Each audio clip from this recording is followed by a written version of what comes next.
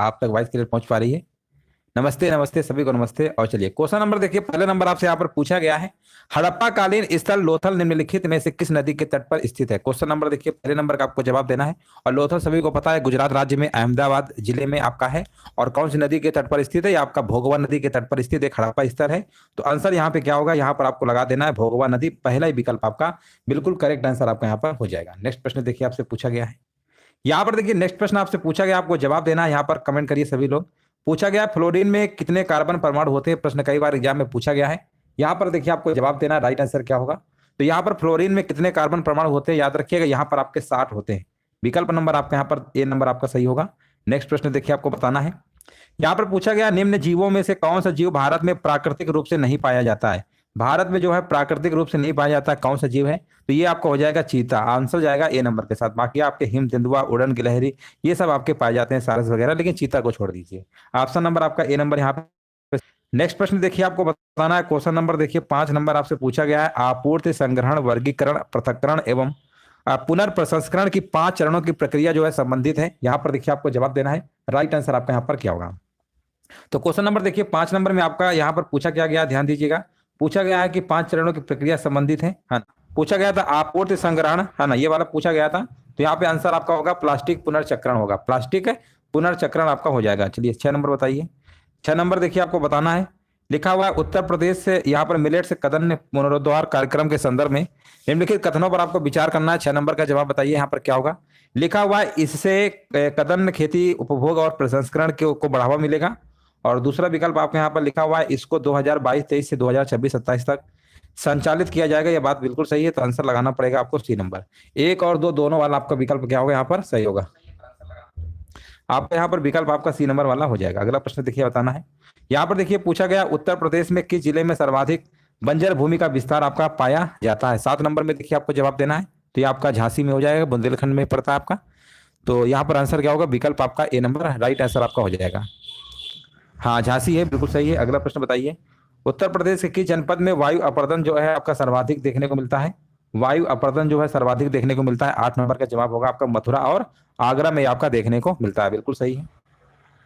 राष्ट्रीय पर्यावरण अभियांत्रिकी शोध संस्थान महाराष्ट्र नागपुर में अवस्थित है। इसके 5 जो है क्षेत्रीय कार्यालयों का जो सही संयोजन है वो आपको बताना है। सही संयोजन आपका यहाँ पर क्या होगा? तो सही संयोजन की अगर हम बात करेंगे तो यहाँ पर आपका हो जाएगा, यहाँ पर पहले नंबर पे आपका क्या है? दिल्ली है, फिर मुंबई, फिर चेन्नई, हैदराबाद और कोलकाता, ये आपका हो जाएगा। आंसर जाएगा विकल्प नंबर आपका यहाँ पर ए नंबर के साथ। हाँ बिल्कुल देखिए सही आंसर दिया गया है। यहाँ पर देखिए नेक्स्ट प्रश्न पूछा गया, प्रसिद्ध विद्वान लेन पुल ने किसे लघु अकबर की संज्ञा दिया था? है ना, यहाँ पर आपको बताना है लेन पुल ने किसे लघु अकबर की जो संज्ञा दिया था। 10 नंबर में जवाब आपका हो जाएगा यहाँ पर दारा सिको। ऑप्शन नंबर आपका ए सही है। और यहाँ पर देखिए आपको पूछा गया आपसे प्रश्न, वेद और उसके ब्राह्मण ग्रंथ में से कौन सा सुमेलित आपका नहीं है ना, कौन सुमेलित नहीं है? 11 नंबर में आपको बताना है। तो 11 नंबर में देखिए जो आपका यहाँ पर अथर्ववेद दिया गया है ना, ये आपका ब्राह्मण ग्रंथ आपका गोपथ है ना, ये तांडय आपका ब्राह्मण नहीं है। बाकी सब सही थे, बाकी सब आपके सुमेलित थे। ऑप्शन नंबर यहाँ पे डी नंबर आपका हो जाएगा। अगला प्रश्न देखिए पूछा गया, कौन सा ग्रंथ जो है आपका अर्थशास्त्र पर लिखी गई है ना, अर्थशास्त्र पर लिखी गई एक टीका है, कौन सा ग्रंथ है? 12 नंबर का यहाँ पर जवाब हो जाएगा। ऑप्शन नंबर यहाँ पे सी नंबर, प्रबंध चिंतामणि। मेरु तुंग कुत्र जो है प्रबंध चिंतामणि कौटिल्य के शास्त्र पर लिखी गई एक टीका ग्रंथ है, याद रखिएगा। तो आंसर आपका यहाँ पर प्रबंध चिंतामणि वाला आपको लगा देना है। अगला प्रश्न देखिए पूछा गया, शीशम के विषय में निम्नलिखित कथनों पर आपको विचार करना है। शीशम का एक पर्णपाती जो है वृक्ष होता है, यह भारतीय उपमहाद्वीप और दक्षिणी ईरान की मूल प्रजाति है। आपको बताना है इनमें सत्य कथन कौन सा होगा? तो ये बात सही है, पर्णपाती वृक्ष है, बिल्कुल सही बात है। ये भारतीय उपमहाद्वीप और दक्षिणी ईरान की मूल प्रजाति है, बिल्कुल बात सही बोला है। तो ऑप्शन नंबर आपको यहाँ पर सी नंबर वाला लगा देना है, जो कि बिल्कुल सही आंसर आपका हो जाएगा। यहाँ पर देखिए नेक्स्ट प्रश्न आपसे पूछा गया, कूनो राष्ट्रीय उद्यान के बारे में आपको विचार बताना है। कूनो राष्ट्रीय उद्यान के बारे में आपसे यहाँ पर पूछा गया है। लिखा हुआ यह पन्ना टाइगर रिजर्व से प्राकृतिक भू क्षेत्रों के माध्यम से जुड़ा हुआ है, ये बात तो सही है। और दूसरा लिखा हुआ यह उद्यान उत्तर पश्चिम सीमा पर संबल नदी के साथ रणथंभौर राष्ट्रीय उद्यान और कैला देवी वन्यजीव अभ्यारण्य से जुड़ा हुआ है ना, इस तरीके से लिखा हुआ था। तो यहाँ पर दोनों ही विकल्प आपके सही है, तो इसलिए आंसर आपको यहाँ पर सी नंबर वाला लगा देंगे, फर्स्ट और सेकंड। अगला देखिए प्रश्न आपसे पूछा गया, असत युग्म का देखिए आपको यहाँ पर चयन करना है। 15 नंबर में असत युग्म यहाँ पर कौन सा होगा? एक तरफ आपके टाइगर रिजर्व है और एक तरफ अवस्थिति दी गई है। तो यहाँ पर आपको गलत वाला आपको विकल्प बताना है। 15 नंबर का जवाब यहाँ पर क्या होगा? रामगढ़ विषधारी टाइगर रिजर्व राजस्थान, ये सही है। रानीपुर टाइगर रिजर्व ये भी आपका सही दिया गया है ना। कुनो टाइगर एमपी में, ये भी सही है आपका। और यहाँ पर जो आपका लिखा हुआ है लास्ट वाला देखिए ध्यान से, लिखा हुआ है दुर्गापुर टाइगर रिजर्व जो है ना। तो ये जो ये भी आपका कहाँ पर है, ये आपका कहाँ पर आपको बताना है। हाँ ये आपका एमपी में है ना, ये मध्य प्रदेश में ये भी है, आंध्र प्रदेश में ना होकर एमपी में है, इसलिए यही वाला सुमेलित नहीं होगा, बाकी सब आपके हैं। ऑप्शन नंबर आपका यहाँ पर डी नंबर वाला हो जाएगा। यहाँ पर देखिए रीजनिंग का प्रश्न आपका आ गया है, ब्लड रिलेशन का प्रश्न है आपका, है ना। बहुत ही आसान प्रश्न है, सभी लोग इसका कमेंट बताइए, इसका आंसर क्या होगा। प्रश्न लिखा हुआ है, नेहा विपुल की माँ है, रजत नेहा का भाई है, प्रभाकर रजत का पिता है, प्रभाकर का विपुल से क्या संबंध होगा। चलिए सभी लोग इस प्रश्न का आंसर दीजिए, फिर हम आगे बढ़े। चलिए नमस्ते नमस्ते सभी को नमस्ते। और क्वेश्चन नंबर देखिए 16 नंबर का आपको जवाब देना है। यहाँ पे राइट आंसर क्या होगा, नेहा जो है, ध्यान दीजिएगा, नेहा जो है विपुल की माँ है ना। नेहा तो विपुल मान लेते हैं, यहाँ पे विपुल है ये, है ना, विपुल है। और इनकी माँ कौन है भैया, नेहा है ना। नेहा जो है विपुल की माँ है। रजत नेहा का भाई है ना, रजत जो है ये मान लेते हैं रजत है, ये रजत जो है नेहा के यहाँ भाई है। और रजत के जो पिता हैं, है ना, प्रभाकर हैं, यानी इनके पिता कौन है भैया, प्रभाकर है, ये प्रभाकर है मान लो, प्रभाकर है। तो बोला गया विपुल भैया और ये प्रभाकर से क्या संबंध है, तो सिंपल से जवाब है ये नाना होंगे, है ना। क्या होंगे, विपुल के माँ के पिता हुए ना। तो आंसर यहाँ पर क्या होगा, विकल्प नंबर नाना और माँ का पिता, है ना, विकल्प नंबर बी होगा।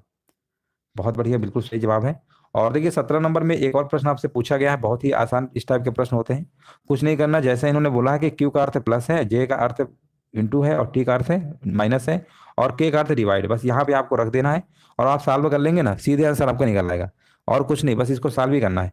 तो यहाँ पर देखिए सबसे पहले तो 52 लिखेंगे, और के की जगह इन्होंने डिवाइड बोला, डिवाइड लिख दीजिएगा 4, और क्यू की जगह इन्होंने प्लस बोला 6 लिख दीजिएगा, और जे की जगह इन्होंने इंटू बोला है 12 लिख देना। और यहाँ पर टी की जगह क्या बोला था, माइनस माइनस 8, बस इसको आपको सॉल्व करना है।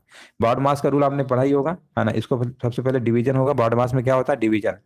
जब आप डिवीजन करेंगे 4 का इसमें करेंगे तो कितना आएगा, 13 आएगा, 13 आपका आ जाएगा ना, 13। और यहाँ पर मल्टीप्लाई कर लीजिए, 13 और 72, 13 72 85, अब 85 में से 8 को माइनस कर देंगे, 85 में से 8 को माइनस करेंगे कितना आएगा, 77 आएगा, 77।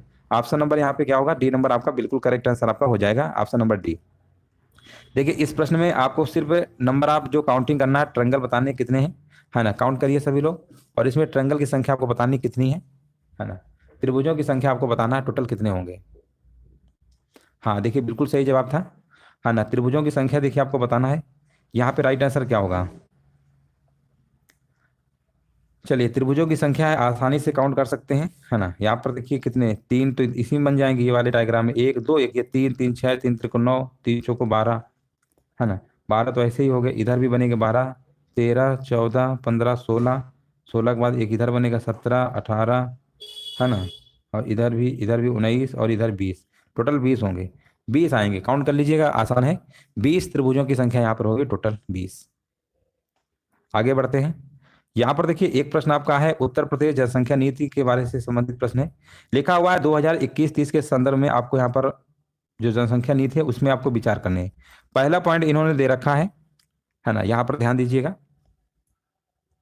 हाँ पहला पॉइंट दे रखा है इन्होंने कि 0 से लेकर यहाँ पर 1 वर्ष आपका है ना, 0 से 1 वर्ष शिशु मृत्यु दर जो है 2026 तक 32 और 2030 तक 22 पर लाने का लक्ष्य रखा गया है ना। ये तो बात इन्होंने सही बोली है।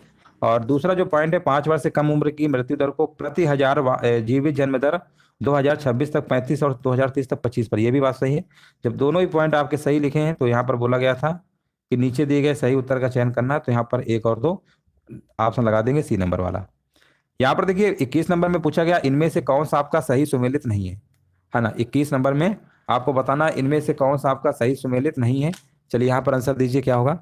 तो देखिए प्राचीन नाम है, एक तरफ आधुनिक नाम दिए गए हैं। तो यहाँ पर अगर हम बात करते हैं चंद्रनगर का जो है, चंद्रनगर जो है या चंद्रनगर, हाँ ये फिरोजाबाद का प्राचीन नाम है दोस्तों। किसका है, फिरोजाबाद का, फर्रुखाबाद का नहीं, यहाँ पर फिरोजाबाद होना चाहिए था, फिरोजाबाद, फिरोजाबाद, ठीक है ना। तो यही वाला आपका सुमेलित नहीं, बाकी सब आपके हैं, बाकी सब है। 22 नंबर में देखिए आपको बताना है, नीचे यहाँ पर सूचियां दी गई हैं, आपको बताना है सही उत्तर का देखिए चयन करना, थोड़ा सा ये बड़ा प्रश्न कह सकते हैं, है ना। 22 नंबर है। चलिए यहाँ पर बताइए आंसर क्या होगा, यहाँ पर आपको सुमेलित करना है। चलिए 22 नंबर का देखिए आपको बताना है। तो देखिए पहला लिखा है मध्य गंगा नहर, है ना, ये आपका बिजनौर है। और सरयू नहर की बात करेंगे तो कतरनिया बहराइच। और घग्घर नहर की बात करेंगे मिर्जापुर है, और मौदहा बांध हमीरपुर, मौदहा बांध आपका हमीरपुर में पड़ता है। ये तो सभी सुमेलित है, तो यहाँ पर कुछ भी नहीं करना, सब पहले ही दे रखा था। 1 2 3 4 वाला ऑप्शन आपको टिक कर देना है। 23 नंबर में देखिए, ध्यान से देखिए यहाँ पर क्या पूछा गया है। पूछा गया निम्नलिखित कथनों पर देखिए आपको विचार करना है, आपको आंसर बताना है। यहाँ पर क्या होगा 23 नंबर में लिखा है, माहीगीर जनजातीय समुदाय उत्तर प्रदेश के बिजनौर जिले में पाई जाती है।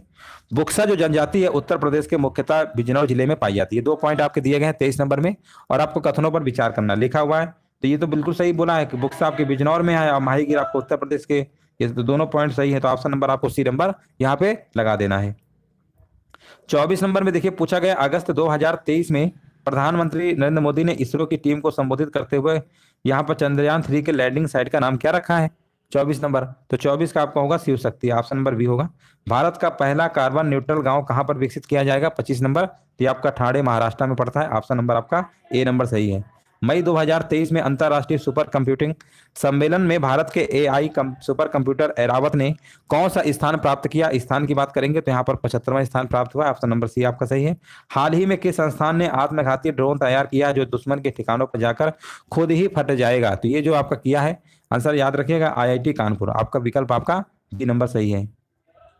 अगला प्रश्न बताइए 28 नंबर, लिखा है इनमें से किस राज्य के द्वारा जो है मिशन यहाँ पर नंद बाबा शुरू किया गया है? तो ये आपका शुरू किया गया उत्तर प्रदेश सरकार के द्वारा, यानी आंसर जाएगा ए नंबर आपका विकल्प ए। 29 नंबर देखिए पूछा गया, उत्तर प्रदेश के निम्नलिखित जिलों में से कहाँ प्रदेश का पहला रेल हेरिटेज पार्क और रेल कोच रेस्टोरेंट जो है आपका खोला जाएगा? तो ये खोला जाएगा दोस्तों कहाँ पर, याद रखिएगा आगरा शहर, आगरा जहाँ ताजमहल आपका है, ऑप्शन नंबर आपका डी नंबर सही है। प्रतिछाया बैंकिंग का संबंध जो है किससे है आपको बताना है। 30 नंबर में आपका जवाब यहाँ पर क्या होगा? प्रतिछाया बैंकिंग का जो संबंध होता है याद रखिएगा, ऑप्शन नंबर यहाँ पे आपका सी नंबर है, गैर बैंकिंग वित्तीय संस्थाओं द्वारा वित्तीय तथा अन्य गतिविधियों को संपन्न करना, ऑप्शन नंबर यहाँ पे सी नंबर बिल्कुल करेक्ट आंसर आपका है।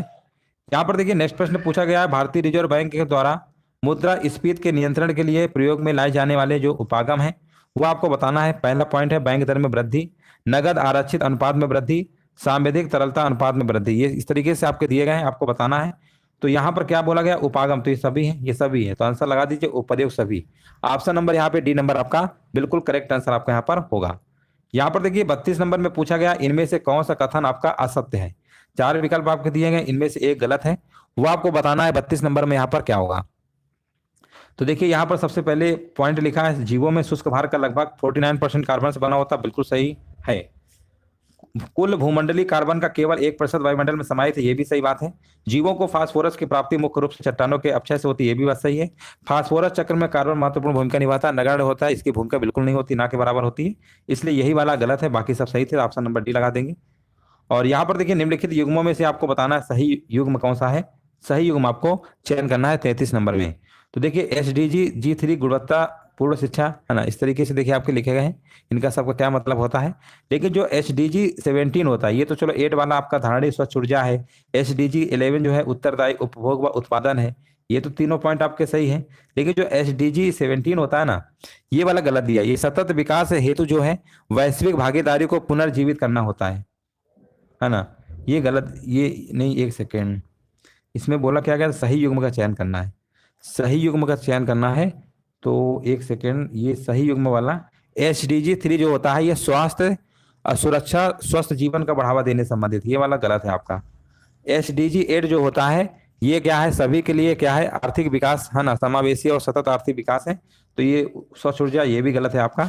11 वाला अगर हम बात करते हैं तो टिकाऊ शहर सुरक्षित निर्माण है, ये भी गलत है, ये वाला सही था। तो इसमें सही वाला पूछा था है ना, सही वाला पूछा था, तो ऑप्शन नंबर डी वाला आपका करेक्ट आंसर आपका होगा। चलिए आगे बढ़ते हैं। यहां पर पूछा गया, भारत छोड़ो आंदोलन के दौरान बंगाल के मिदनापुर के तामुलुक में स्थापित समानांतर सरकार का नाम क्या था? 34 नंबर में, तो उस सरकार का नाम क्या था? 1942 में जो आपका अंग्रेजों के विरुद्ध आपका एक आंदोलन हुआ था, तो उस समय क्या हुआ था? उस समय आपकी जातीय सरकार है ना, पूछा गया है समानांतर सरकार का उस समय नाम क्या था? जातीय सरकार था, सी नंबर आपका सही है। नील दर्पण नामक पुस्तक जो है किसके द्वारा लिखी गई है? याद रखिएगा दीन बंधु मित्र के द्वारा लिखी गई है, 35 नंबर का आपका डी नंबर वाला बिल्कुल करेक्ट आंसर आपका यहाँ पर होगा। अगला प्रश्न देखिए पूछा गया है, इनमें से कौन सा अधिनियम गलगोटू अधिनियम के नाम से भी जाना जाता है? गलगोटू अधिनियम के नाम से जाना जाता है, तो 36 नंबर का आंसर आपका होगा देसी भाषा प्रेस अधिनियम 1878। 36 नंबर का आपका सी नंबर बिल्कुल करेक्ट आंसर आपका यहाँ पर होगा। अगला प्रश्न है, कम्युनल अवार्ड ब्रिटिश सरकार के द्वारा भारतीय दलितों को पृथक निर्वाचन प्रदान करने के लिए 1932 ईस्वी में प्रदान किया गया था। उस वक्त ब्रिटेन का प्रधानमंत्री कौन था? बताइए, उस समय ब्रिटेन के प्रधानमंत्री कौन थे जब सांप्रदायिक अधिनियम घोषणा 16 अगस्त 1932 किया गया था? तो उस समय याद रखिएगा, उस समय आपके रैमजे मैकडोनाल्ड आपके क्या थे? ब्रिटेन के प्रधानमंत्री थे। ऑप्शन नंबर सी नंबर आपका यहाँ पर बिल्कुल करेक्ट आंसर आपका यहाँ पर होगा। अगला प्रश्न देखिए, 38 नंबर आपसे पूछा गया, सूची फर्स्ट को सूची सेकंड से आपको क्या करना है? उत्तर करना, मिलान करना है। योजनाएं एक तरफ आपका प्रारंभ वर्ष दिया गया है ना, योजनाएं और प्रारंभ वर्ष है आपको यहाँ पर 38 नंबर में। आपको कमेंट करिए सभी लोग यहाँ पर क्या होगा। प्रधानमंत्री किसान मानधन योजना है ना, इनको सम्मिलित करना है। 38 नंबर का जवाब क्या होगा? ये आपका 31 मई 2019 है। यानी ये जो आपका है पहले का आपका चौथा है। अब पहले का चौथा सिर्फ हमारा विकल्प नंबर बी में ही दिया गया है, इसलिए बहुत ज्यादा इसमें दिमाग नहीं खर्च करना है। ऑप्शन नंबर सी वाला लगा दीजिए, 4321। किसान संपदा योजना आपकी है 26 मई 2017 है। प्रधानमंत्री फसल बीमा योजना 2016 यानी 18 फरवरी। और प्रधानमंत्री कृषि सिंचाई योजना आपकी है 2015 1 जुलाई। सम्मिलित कर लीजिएगा। यहाँ पर देखिए 39 नंबर में आपसे पूछा गया कि भारतीय औद्योगिक वित्त निगम IFCI की जो स्थापना ये कब हुई थी? तो इसकी स्थापना जो है दोस्तों याद रखिएगा जुलाई 1948 में हुई थी। 1948 ऑप्शन नंबर आपका ए नंबर यहाँ पे सही है। यहाँ पर देखिए आपको बताना है इनमें से कौन सा भुगतान संतुलन यानी BOP है ना, भुगतान संतुलन BOP के भाग हैं, कौन कौन से भाग हैं आपको बताना है। 40 नंबर का जवाब यहाँ पर क्या होगा? तो यहाँ पर अगर हम बात करते हैं चालू खाता, पूंजी खाता, अशुद्धियां तथा भूलें, विदेशी मुद्रा प्राचित कोर्स में परिवर्तन, ये सभी के सभी हैं, इसलिए आंसर आपको आर वाला लगाना पड़ेगा, डी नंबर वाला। भारतीय अर्थव्यवस्था की जो प्रगति है वो कैसी है? कई बार ये प्रश्न आया है। और याद रखिएगा ये मिश्रित अर्थव्यवस्था आपकी है। ऑप्शन नंबर जाएगा बी नंबर के साथ। निम्नलिखित कथनों पर देखिए आपको विचार करना है। 42 नंबर में देखिए आपको जवाब देना है। भारत में पहली पंचवर्षीय योजना 1951 में शुरू हुई थी, बात बिल्कुल सही बोली गई है। और दूसरा लिखा है भारत में पंचवर्षीय योजनाओं को जो मॉडल है संयुक्त राज्य अमेरिका से लिया गया, ये आपका गलत है। ये आपका संयुक्त राज्य अमेरिका से नहीं, सोवियत संघ से लिया गया था। रूस जिसे रसिया कहते हैं USSR से, इसलिए ये वाला गलत होगा। केवल पहला ही वाला आपका सही आंसर आपका हो जाएगा। यहाँ पर देखिए निम्नलिखित कथनों पर देखिए आपको बताना है कौन सा कथन आपका असत्य है। पहला पॉइंट लिखा हुआ है बजट 2022-23 में हरित हाइड्रोजन मिशन शुरू करने की घोषणा की गई। और दूसरा पॉइंट आपका यहाँ पर लिखा हुआ है इसका उद्देश्य 2030 तक 5 MMT हरित हाइड्रोजन प्रतिवर्ष उत्पादित करना है। 43 का आंसर यहाँ पर क्या होगा? तो देखेंगे यहाँ पर, तो पहली बात तो यहाँ पर जो आपका है ऊर्जा जो आपका क्षमता है 5 MMT मीट्रिक टन होता है ना ये, तो यहाँ पर जो आपका आंसर हो जाएगा, हाँ यहाँ पर बताना है इसमें बोला क्या गया है, कौन सा असत्य है ना, कौन सा असत्य है। तो दूसरा तो चलो सही है, असत्य वाला पूछा गया है ना, असत्य वाला पूछा गया है। यहाँ पर आंसर क्या होगा? 43 नंबर में असत्य वाला आपको बताना है, यहाँ पर क्या होगा?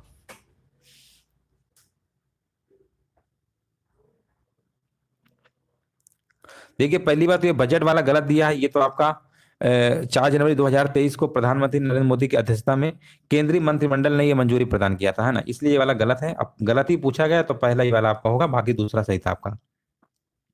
44 नंबर में देखिए आपसे पूछा गया कोयला उत्पादन 2020-21 के संदर्भ में निम्नलिखित कथनों पर आपको विचार करना है। 44 नंबर में तो यहाँ पर लिखा हुआ है छत्तीसगढ़ 22.12% संपूर्ण उत्पादन में हिस्सेदारी के साथ देश में कोयला उत्पादन में शीर्ष पर है, बिल्कुल सही बात है। और यहां पर सर्वाधिक उत्पादन हिस्सेदारी निजी क्षेत्र की, गलत है आपका। और ये भारत में कोयले के निक्षेप गोंडवाना क्रम, ये भी सही है। पहला और तीसरा आपका सही है, 44 नंबर का सी आपका सही होगा।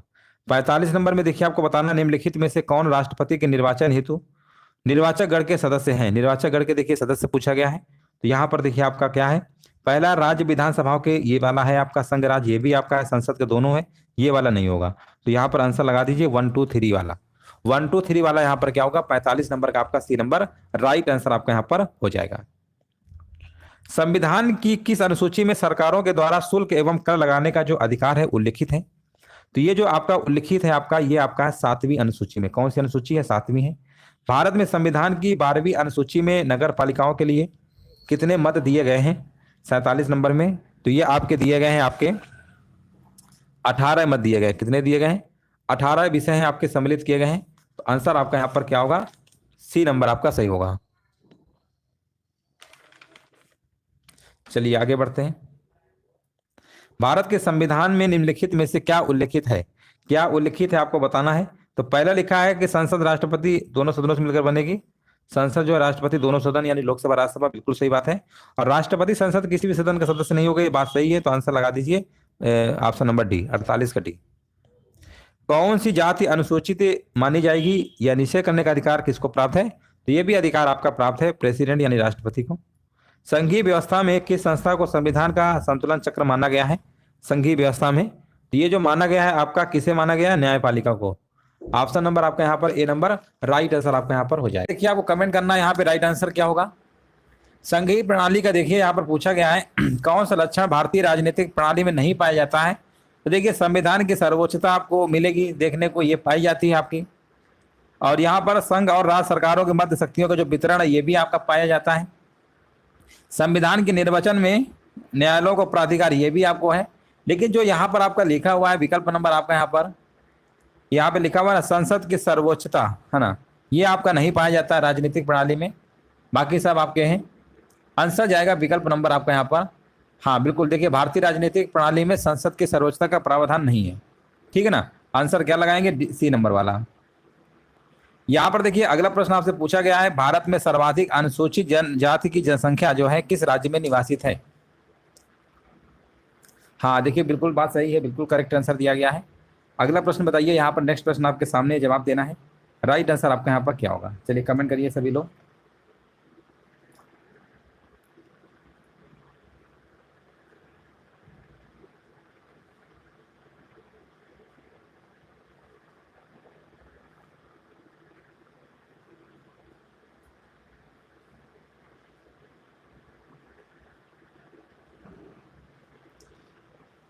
चलिए यहाँ पर देखिए आपको 52 नंबर का कमेंट करिए सभी लोग क्या होगा। यहाँ पर कह रहे हैं 52 नंबर का आपका डी नंबर होगा, मध्य प्रदेश, है ना, बिल्कुल सही है।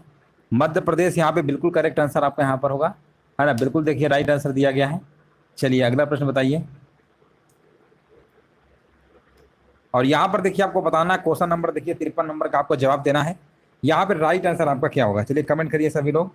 यहाँ पर देखिए पूछा गया है निम्नलिखित भारतीय नगरों में बताना है मलिन बस्तियों का प्रतिशत जो है 2011 की जनगणना के अनुसार सबसे अधिक रहा है। कहाँ पे रहा है आपको बताना है।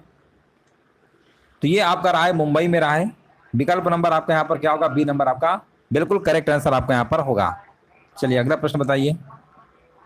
यहाँ पर देखिए आपसे पूछा गया क्वेश्चन नंबर देखिए 54 नंबर पूछा गया भारत की जनगणना 2011 के अनुसार उत्तर प्रदेश के निम्नलिखित शहरों में से कौन सा शहर मिलियन शहर आपका नहीं है। कौन सा शहर आपका मिलियन शहर नहीं है, 54 नंबर में आपको बताना है। तो देखिए उत्तर प्रदेश की अगर हम बात करते हैं 2011 की जनगणना के अकॉर्डिंग बात करते हैं तो आपके 7 जो है मिलियन प्लस शहर थे, है ना, मिलियन समझते ही हैं। तो यहाँ पर जो आपका आंसर था कानपुर नगर था आपका, लखनऊ था, गाजियाबाद था, आगरा था, वाराणसी था, मेरठ था और प्रयागराज था। ठीक है ना, ये आपके क्या थे, ये आपके मिलियन में थे। मिलियन समझते ही है ना। 10 लाख को 1 मिलियन बोला जाता है। ठीक है ना, 10 लाख को क्या कहते हैं, 1 मिलियन आपका बोलते हैं। तो यहाँ पर जो संख्या आपका है ना मुरादाबाद जो नगर लिखा हुआ ना, ये वाला नहीं था। जो 7 शहर थे वो आपके मुरादाबाद उनमें शामिल नहीं था। तो विकल्प आपको लगाना पड़ेगा यहाँ पर 54 का बी नहीं, लखनऊ आपका है ना।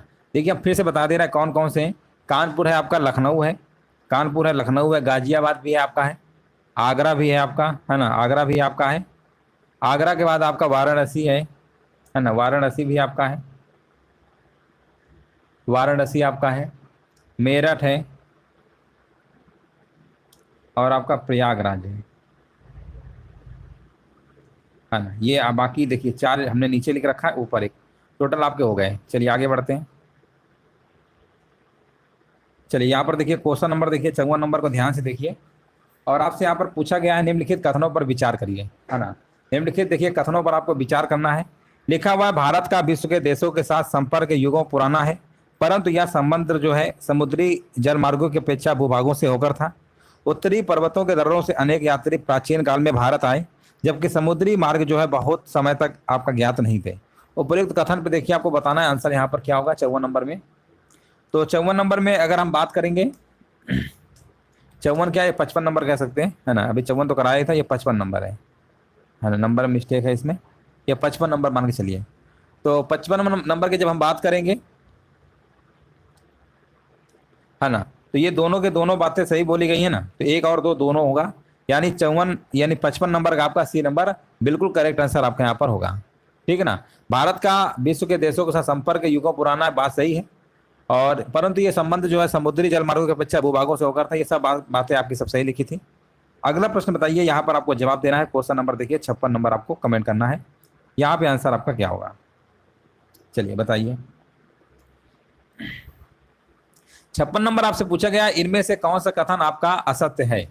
देखिए असत्य वाला कथन आपको बताना है, इनमें से असत्य कौन सा है ना। असत्य कथन आपको बताना है 56 नंबर में क्या होगा। लिखा हुआ है भारत की जो भूमि है बहुत अधिक भौतिक विभिन्नताओं को दर्शाती है। भूगर्भीय तौर पर प्रायद्वीपीय पठार पृथ्वी की सतह का प्राचीनतम भाग है। हिमालय एवं उत्तरी मैदान हाल ही में बनी स्थलाकृतियां हैं। भूगर्भ वैज्ञानिकों के अनुसार हिमालय पर्वत एक स्थिर भाग है। 56 नंबर में देखिए आपको जवाब देना, राइट आंसर क्या होगा।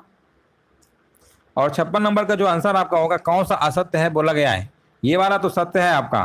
भूगर्भीय तौर पर प्रायद्वीपीय पठार पृथ्वी की सतह का प्राचीनतम भाग है, ये भी आपका सही है। हिमालय एवं है ना, हिमालय एवं उत्तरी मैदान हाल ही में बनी स्थलाकृतियां, ये भी सही है। भूगर्भ वैज्ञानिकों के अनुसार हिमालय पर्वत एक स्थिर भाग है, ये आपका गलत है। ये क्या है आपका गलत है ना। आंसर जाएगा विकल्प नंबर यहाँ पे आपका, यहाँ पर डी नंबर वाला आपका होगा, असत्य दिया गया है ना।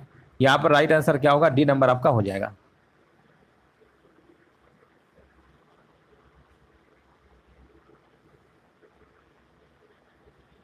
चलिए आगे बढ़ते हैं।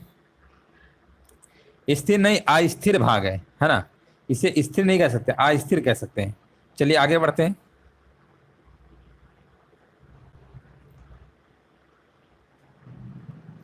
चलिए यहाँ पर देखिए आपको बताना है 57 नंबर का जवाब क्या होगा।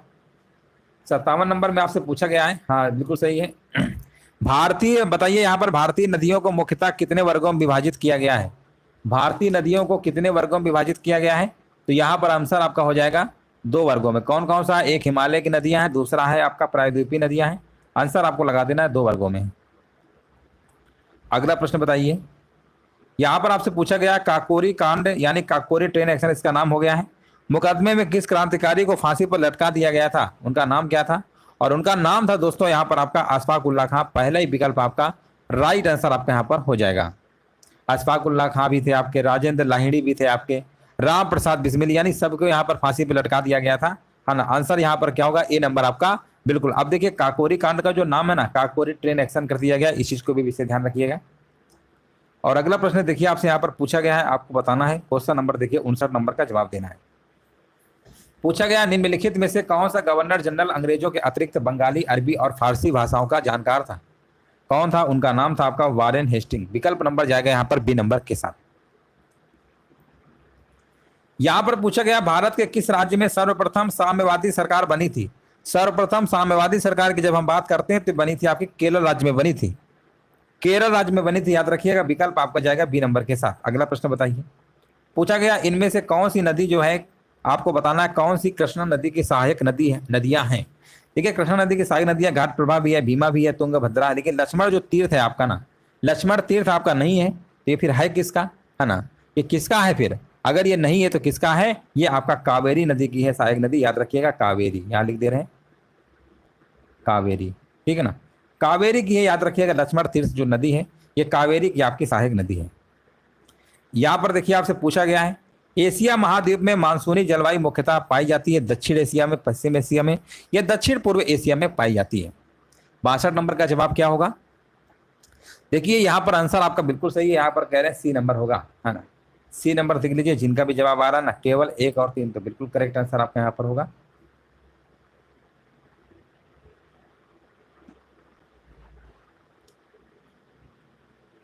तो इस प्रश्न का आंसर क्या होगा।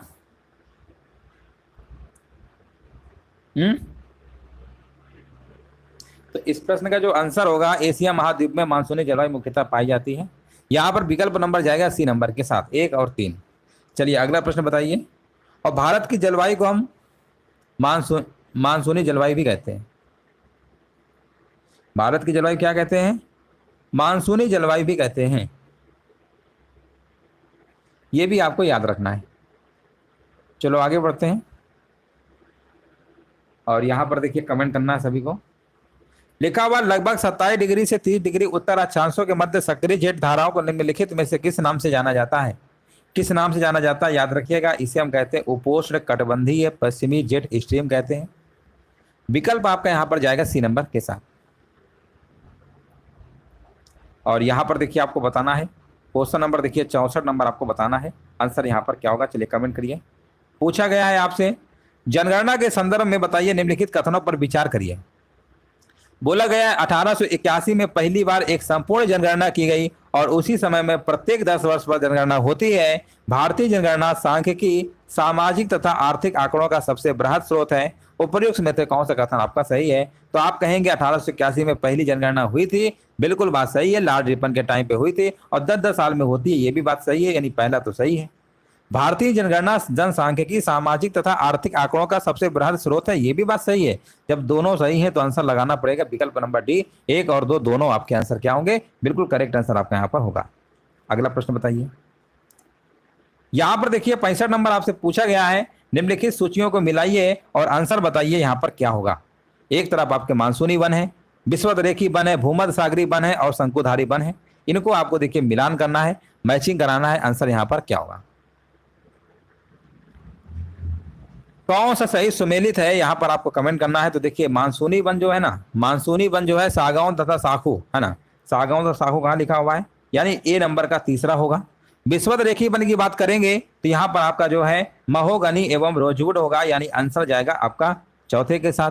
भूमध्य सागरीय वन की जब हम बात करेंगे तो ये आपका जाएगा पहला आपका है ना आलू, बुखारा, प्लम एवं जैतून।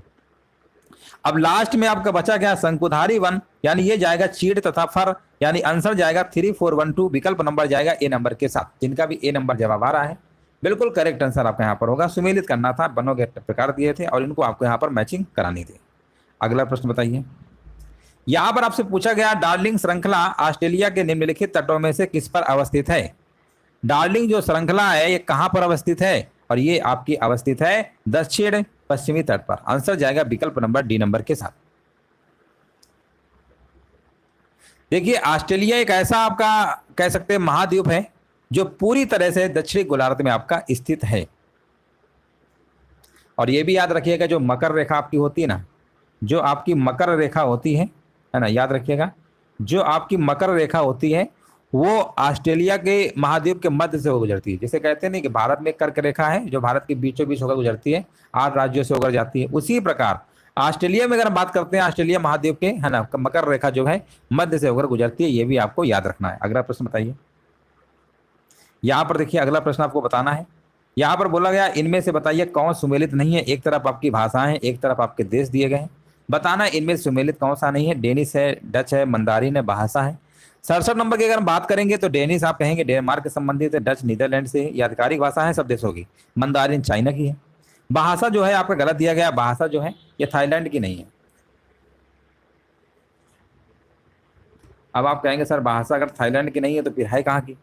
भाषा है कहाँ की है? ये इंडोनेशिया की है। ये कहाँ की है? इंडोनेशिया की है। ये इंडोनेशिया की है। अगर इंडोनेशिया की भाषा है तो थाईलैंड की आधिकारिक भाषा क्या है? तो थाईलैंड की थाई लगा दीजिएगा, इसका थाई निकाल लीजिए, बस हो गया। याद रखिएगा थाईलैंड की आधिकारिक भाषा थाई है। अगला प्रश्न बताइए। यहाँ पर आपसे पूछा गया इन नदियों में से बताइए कौन सी विषुवत रेखा को 2 बार पार करती है ना। तो आप कहेंगे अफ्रीका की कांगो या जारी नदी जो है मध्य अफ्रीका में बहते हुए विषुवत रेखा को 2 बार पार करती है। बिल्कुल सही बात है, यहाँ पर जारे वाला लगा दीजिए। अगला प्रश्न आपसे पूछा गया है भारत में हरित राजमार्ग की नीति शुरू की गई थी, कब शुरू की गई थी? आपको यहाँ पर कमेंट करना है। भारत में हरित राजमार्ग की जो शुरुआत है आपकी है ना, ये आपका सड़क परिवहन एवं राजमार्ग मंत्रालय जो द्वारा जो है आपका 2015 में शुरू किया गया था हरित राजमार्ग नीति, याद रखिएगा। और इस परियोजना का उद्देश्य यही था कि राज्यों में जो सुरक्षित और हरित राजमार्ग गलियारों को विकसित किया जाए, ये सब आपका उद्देश्य था योजना का। और आंसर जाएगा विकल्प नंबर आपका यहाँ पर राइट आंसर। हरियाली को भी बढ़ावा देना है ना, बीच बीच में जैसे आपने देखा होगा रोड में लगे नहीं रहते पेड़, बीच में हरियाली लगी रहती, ये बढ़ावा देना था आपका 2015 में। अगला प्रश्न देखिए आपके सामने स्क्रीन पे, आपको जवाब देना है भारत में काली कपास मृदा की रचना निम्नलिखित में से किसके अपक्षय से हुई है? तो यहाँ पर अगर हम बात करेंगे ना तो काली, देखिए काली मिट्टी को तो आप जानते हैं कपास के लिए काली मिट्टी बहुत ही मतलब जानते हैं कि काली मिट्टी जरूरत पड़ती है कपास के लिए। और काली कपास मिट्टी, रेगुर मिट्टी भी कहते हैं काली मिट्टी को ना। तो आंसर लगा दीजिए यहाँ पर विदरी फिसर ज्वालामुखी चट्टान किसके अपक्षय से हुई है? बिदरी यानी ज्वालामुखी चट्टान, इसी को हम बोलते हैं फिसर। आंसर जाएगा विकल्प नंबर बी के साथ। और यहाँ पर देखिए 71 नंबर आपकी स्क्रीन पे आपको कमेंट करना, यहाँ पे आंसर क्या होगा। पूछा गया है निम्नलिखित दर्रों को पश्चिम से पूर्व दिशा की ओर व्यवस्थित करना है, यानी पश्चिम से पूर्व की ओर व्यवस्थित करना है, ध्यान दीजिएगा। तो पश्चिम से पूर्व की ओर कर लीजिए। पहला आपका देखिए बारालाचला, सिपकिला, जेलेपला और बोमडीला, ये सब आपको क्रम दिए ही गए हैं सीक्वेंस में, तो ज्यादा आपको इसमें कोई दिमाग नहीं खर्च करना है। पहला, दूसरा, तीसरा, चौथा वाला आपको विकल्प लगा देना है। अब थोड़ा समझ लीजिएगा कि जो आपका बारालाचला है आपका और ये सिपकिला दर्रा, ये सब जानते ही हैं, ये दोनों कहाँ पे आपके हिमाचल प्रदेश में। ये दोनों कहाँ पे दोस्तों, आपके हिमाचल प्रदेश में, याद रखिएगा। और जेलपा की जब बात करेंगे, ये आपका सिक्किम में है। कहाँ पे है दोस्तों, सिक्किम में आपका है। ये कहाँ पर आपका, सिक्किम में है। अब आप कहेंगे बोमडीला कहाँ पे पड़ता है, ये आपका अरुणाचल प्रदेश में। ये कहाँ पर है आपका, अरुणाचल प्रदेश में। ये भी आपको याद रखना, ये आपका अरुणाचल प्रदेश में है। चलिए आगे बढ़ते हैं। यहाँ पर बताइए भारत के निम्नलिखित तटों में से कौन कृष्णा डेल्टा एवं केप कमोरिन के मध्य स्थित है। भारत के निम्नलिखित तटों में से कौन कृष्णा डेल्टा एवं केप कमोरिन के मध्य स्थित है। 72 नंबर का जवाब क्या होगा, और 72 नंबर का बताया जा रहा है, कह रहे हैं कोरोमंडल तट, जो कि बिल्कुल करेक्ट आंसर आपका होगा। ए नंबर आपका राइट आंसर आपका यहाँ पर होगा। सभी लोग कमेंट करिए, जितने भी लोग देखिए यहाँ पर लाइव है ना, कोशिश करिए सभी लोग कमेंट करते रहिए। हालांकि थोड़ा प्रश्न इसके अच्छा खासा लेवल के आते हैं, कोशिश करिए, थोड़ा बहुत तो आपका सही होगा ही। हिमालय फ्रंटियर थ्रस्ट यानी कहाँ पर स्थित है, 73 नंबर आपको बताना है। हिमालयन फ्रंटियर जो थ्रस्ट है ना, HFT जिसे कहते हैं, ये आपका स्थित गंगा मैदान एवं शिवालिक के मध्य स्थित है, याद रखिएगा। गंगा मैदान एवं शिवालिक के मध्य, विकल्प नंबर जाएगा आपका सी नंबर के साथ। चलिए आगे बढ़ते हैं। 74 नंबर आपकी स्क्रीन पे आपको कमेंट करना है, यहाँ पे आंसर क्या होगा। पूछा गया निम्नलिखित द्वीपों के युग्मों में से कौन सा एक 10 अंश जल मार्ग द्वारा आपस में पृथक किया जाता है। 10 यानी 10 डिग्री चैनल पूछा गया है, और 10 डिग्री चैनल हमने बहुत बार बताया है। ये आपका छोटा अंडमान, वह कौन सा है, अंडमान निकोबार। हाँ बहुत बढ़िया, बिल्कुल सही है, ये आपका अंडमान निकोबार होगा। पहला ही विकल्प आपका सही होगा। 10 डिग्री वाला आपका कहाँ है, अंडमान निकोबार, याद रखिएगा, पेपर में कई बार पूछा गया है। अगर हम कहें कि मालदीव और मिनिकॉय के मध्य कौन सा है ना, हालांकि मालदीव यहाँ पर क्या कहते हैं, लक्षद्वीप दिया गया है। देखिए मालदीव और मिनिकॉय के मध्य आपका है 8 डिग्री, है ना। मालदीव और कौन सा है, मिनिकॉय, ठीक है ना, इनके मध्य आपका 8 डिग्री होता है, याद रखिएगा। हाँ बिल्कुल सही है। और 9 डिग्री आपका है लक्षद्वीप और मिनिकॉय के मध्य। लक्षद्वीप और मिनिकॉय के मध्य 9 डिग्री चैनल है। मालदीव व मिनिकॉय के मध्य कौन सा है, 8 डिग्री है। और 10 डिग्री आपका अंडमान निकोबार। आंसर जाएगा विकल्प नंबर यहाँ पे आपका ए नंबर के साथ। चलिए आगे बढ़ते हैं, और यहाँ पर देखिए अगला प्रश्न का आपको कमेंट करना है। यहाँ पर देखिए आपसे पूछा गया है, थोड़ा सा प्रश्न आप बड़ा कह सकते हैं, है ना। लिखा हुआ है पश्चिम से पूर्व तक हिमालय क्षेत्रों संबंधित दी गई सूची को मिलाना है। यहाँ पर देखिए सूची को मिलाना है। पहला लिखा हुआ है पंजाब हिमालय, कुमाऊं हिमालय, नेपाल हिमालय, असम हिमालय। ये प्रश्न कई बार पूछा गया है। कुमाऊं हिमालय किसे किसके बीच है, कौन सी नदियों, नेपाल हिमालय, है ना। इसमें देखिए चारों प्रश्न आपके बन गए हैं। अगर आपको एक भी प्रश्न अगर आपको इसमें पता होगा ना तो कर लेंगे, अगर नहीं पता होगा तो फिर नहीं कर पाएंगे। तो यहाँ पर देखिए जो आपका विकल्प है ना, देखिए हमने कई बार बताया है सिंधु और सतलज, सतलज और सिंधु के बीच जो है ना, उसे हम कहते हैं पंजाब हिमालय। पंजाब हिमालय आपका होगा सतलज तथा सिंधु नदी के बीच, यानी ए का होगा चौथा। इसका मतलब ये कंफर्म हो गया, ना तो ऑप्शन ए वाला सही होगा, ना तो आपका डी वाला सही होगा। इन दोनों में कोई एक आपका सही होगा। कुमाऊं हिमालय हमने इसके पहले कराया है, कई बार बताया है। ये बताया था हमने सतलज और काली नदी, यानी दूसरे का आपका है तीसरा, दूसरे का तीसरा है, ए का चौथा है, ए का चौथा, बी का तीसरा, यानी विकल्प नंबर जाएगा आपका यहाँ पर सी नंबर के साथ 4321। 4321 होगा, यहाँ पर चेक कर लीजिए, सभी आ रहा है 4312, 21 नहीं 21 होगा, 12 नहीं 21। एक बार हम और देख ले रहे हैं, है ना। हाँ सही तो है, सी नंबर का देखिए। अब नेपाल हिमालय की जब हम बात करते हैं, है ना, नेपाल हिमालय का आपका काली और ये कौन सा तीसरा, यानी नेपाल हिमालय का आपका है सी का दूसरा है, सी का दूसरा है, ठीक है ना। ए का चौथा, बी का तीसरा, सी का दूसरा और डी का है पहला। असम की है तीसरा तथा दिहांग। ये देखिए, ये एक बार अच्छे से आप पढ़ लीजिएगा। ये वाला कई बार प्रश्न तो है ना एक सिंगल लाइन में ही पूछ लेता है, लेकिन इसमें चलो काफी सारे पूछ लिए थे, 4 प्रश्न को मैचिंग कराने के लिए। इस प्रश्न को इंपॉर्टेंट समझ के अच्छे से पढ़ लीजिएगा, है ना। कौन से हिमालय किसे किसके नदियों के बीच है, इससे प्रश्न आपके बन जाते हैं। चलिए एक और प्रश्न देखिए, आपको बताना है। यहां पर देखिए आपको बताना है, प्रश्न को ध्यान से पढ़िए, लिखा हुआ है भारतीय वर्षण की प्रादेशिक विविधताओं के संबंध में नीचे दिए गए कथनों पर आपको विचार करना है। कथनों पर देखिए आपको विचार करना है। और यहाँ पर लिखा हुआ है हिमालय का वर्षण मुख्यतः हिमपात के रूप में होता है। तमिलनाडु के तटीय प्रदेशों में वर्षा शरद ऋतु के आरंभ में होती है।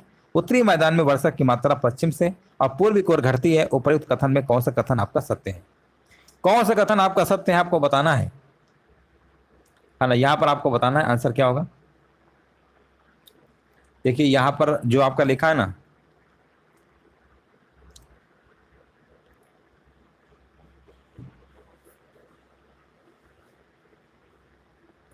देखिए तमिलनाडु पर जो वर्षा है ना अक्टूबर और नवंबर में होती है ना, अक्टूबर नवंबर में होती है। चलो ये तो चलो ठीक है ना, ये वाला भी सही है आपका, ये वाला भी सही है, पहला दूसरा तो आपका सही है। उत्तरी मैदान में वर्षा की मात्रा पश्चिम से पूर्व की ओर घटती जाती है ना। देखिए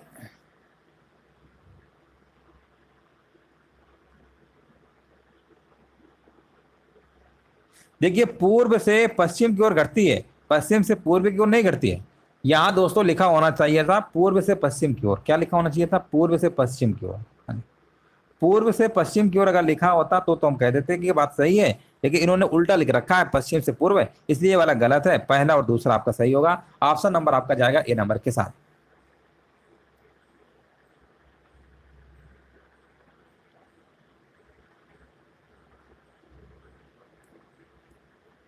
आल वाला नहीं होगा, क्योंकि देखिए यहाँ पर जो आपका है ना उत्तरी मैदान में वर्षा की जो मात्रा है यहाँ पर आपका होना चाहिए था पश्चिम से पूर्व की ओर घटती नहीं, ये पूर्व से पश्चिम की ओर घटती है, उल्टा दे रखा था इसलिए गलत है आपका। ठीक है, चलो आगे बढ़ते हैं। यहाँ पर बताइए 77 नंबर आपको बताना है। लिखा है मैंग्रोव वनों के संदर्भ में देखिए आपको विचार करना है, बताइए यहाँ पर क्या आंसर होगा। तो लिखा है मैंग्रोव तटवर्ती क्षेत्रों में जहाँ ज्वार भाटा आते हैं वहाँ की सबसे महत्वपूर्ण वनस्पति है, बात सही है। मैंग्रोव पौधों की जो जड़ें होती हैं पानी में डूबी रहती है, ये भी बात सही है। आंसर लगा दीजिए विकल्प नंबर सी नंबर के साथ। विकल्प नंबर सी नंबर जिनका भी जवाब आ रहा है ना बिल्कुल करेक्ट आंसर आपका यहाँ पर होगा। सी नंबर आपका राइट आंसर आपका यहाँ पर होगा। यहाँ पर पूछा गया पंजाब में भूमि निम्नीकरण का निम्नलिखित में से मुख्य कारण क्या है? 78 नंबर आपको जवाब देना है। तो इसका निम्न जो मुख्य वह कारण है ना इसका है अधिक सिंचाई है। क्या है? अधिक सिंचाई है। भूमि निम्नीकरण का जो रीजन है ना अधिक सिंचाई है। हाँ बिल्कुल सही है।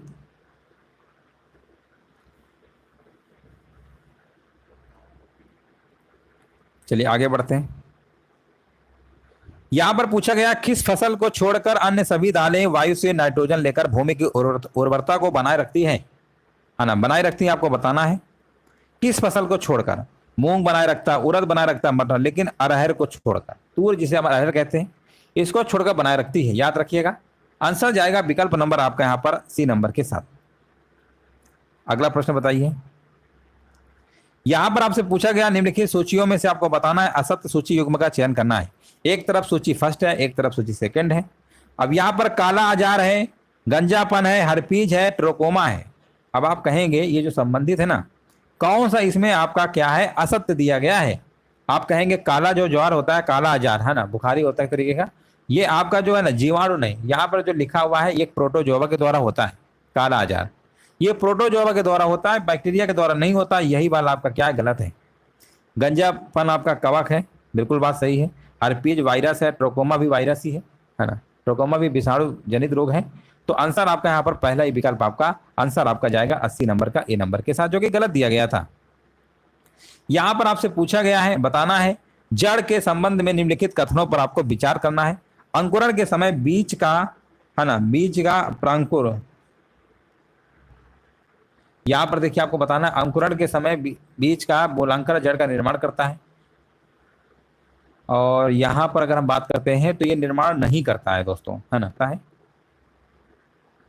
जड़ों की कोशिकाओं में लंबे रोम जैसे भाग को रूट हेयर कहते हैं, ये बात आपकी सही है। केवल आपका दूसरा वाला सही होगा, केवल दूसरा वाला आपका बिल्कुल करेक्ट आंसर आपका यहाँ पर होगा। चलिए आगे बढ़ते हैं। और यहाँ पर आपको बताना है किस विटामिन में रेटिनॉल और रेटिनोइक एसिड होते हैं, किस विटामिन में पाए जाते हैं। और ये जो विटामिन में आपके पाए जाते हैं वो विटामिन नाम है आपका A number, vitamin A. Vitamin A कमी से आप जानते ही हैं रतौंधी हो सकती है, हाँ ना, रतौंधी हो जाता है। चलिए आगे बढ़ते हैं। और यहाँ पर देखिए 83 नंबर आपको बताना है इनमें से कौन सा एक कैल्शियम का समृद्ध स्रोत नहीं है। कौन सा कैल्शियम का एक समृद्ध स्रोत नहीं है? आपको जवाब देना है। 83 नंबर का जवाब यहाँ पर क्या होगा? अब आप कहेंगे पनीर है, अंजीर है, कोलार्ड ग्रीन्स है, सब है, ये कौन सा नहीं है? आप कहेंगे गाजर नहीं है। गाजर नहीं है, बिल्कुल याद रखिएगा। आंसर जाएगा विटामिन ए का स्रोत है आपका ये। गाजर जो दोस्तों है विटामिन ए का स्रोत है। आंसर जाएगा विकल्प नंबर सी नंबर के साथ। अगला प्रश्न बताइए। और यहां पर देखिए आपको बताना है 84 नंबर आपसे पूछा गया विटामिन B12 एवं फोलिक एसिड की कमी से कौन सा रोग होता है? विटामिन B12 एवं फोलिक एसिड की कमी से कौन सा रोग होता है? 84 नंबर आपको बताना है। और 84 नंबर का जवाब अगर आपका आ रहा है मेगा लोब्लास्टिक एनीमिया, तो बिल्कुल करेक्ट आंसर आपका यहाँ पर होगा ए नंबर वाला आपका सही होगा। अगर नपुंसकता की बात करते हैं तो ये दोस्तों आपका विटामिन ई की कमी से होता है। और विटामिन बेरी बेरी जानते हैं विटामिन बी की कमी से होता है। बी का हो या B1 का हो, बात एक ही है। और रक्त का थक्का न जमना विटामिन के की वजह से होता है। ये भी पॉइंट आपको अच्छे से याद रखना है। चलिए आगे बढ़ते हैं। वीडियो को सभी लोग लाइक कर दीजिएगा, शेयर कर दीजिएगा। तो पहली बार आए चैनल को सब्सक्राइब भी कर लीजिएगा। चलिए अगला प्रश्न बताइए। 85 नंबर आपको बताना है। निम्नलिखित में से बताइए कौन सी बीमारी जीवाणुओं के कारण होती है? जीवाणु मतलब जिसे बैक्टीरिया कहते हैं। और बैक्टीरिया से आप देखे होंगे हैजा होता है, टीबी होता है, काली खांसी, डिप्थीरिया, टिटनेस, टाइफाइड, ये सब आपके कई सारी है ना। लेकिन जो आपका यह एंथ्रैक्स लिखा हुआ है, एंथ्रैक्स जो होता है, एंथ्रैक्स है ना, ये आपका नहीं है। क्या बोला गया था? अच्छा जीवाणुओं का, अच्छा एंथ्रैक्स है जीवाणुओं वाला, तो बोला गया था एंथ्रैक्स होता है आपका। बड़ी मात्रा HIV एड्स रेबीज, ये सब आपके क्या है? वायरस संबंधित है। ये सब आपके वायरस से संबंधित है ना। ये सब आपके वायरस है। वायरस यानी विषाणु जनित रोग है। आपका ये जो पूछा गया था ना आपसे जीवाणु, ये एंथ्रैक्स होगा। एंथ्रैक्स है आपका, हैजा है, कई सारे हैं है ना। आंसर आपका डी नंबर है। बोला गया था है कौन सा है? चलो यहाँ पर बताइए। यहां पर आपसे पूछा गया 86 नंबर, लगभग किस तापमान पर पानी का जो घनत्व है अधिकतम होगा तथा अधिकतम घनत्व की स्थिति में पानी का जो आयतन होगा वो कितना होगा? अगर घनत्व अधिकतम है उस स्थिति में पानी का आयतन कितना होगा? और देखिए ये आपने पढ़ा होगा मास, ये हम लिख दे रहे हैं। मास मतलब होता है द्रव्यमान होता है ना। हिंदी में लिख दे रहे हैं, चलो यहाँ लिख दे रहे हैं। मास मतलब होता है द्रव्यमान। पेन भी नहीं चल रहा है ना। चलो यहाँ लिख दे रहे हैं। देखिए मास बराबर क्या होता है? डेंसिटी अपॉन वॉल्यूम होता है। मास यानी क्या होता है? द्रव्यमान होता है। डेंसिटी मतलब घनत्व होता है। ये होता है वॉल्यूम होता है ना। यही तो होता है।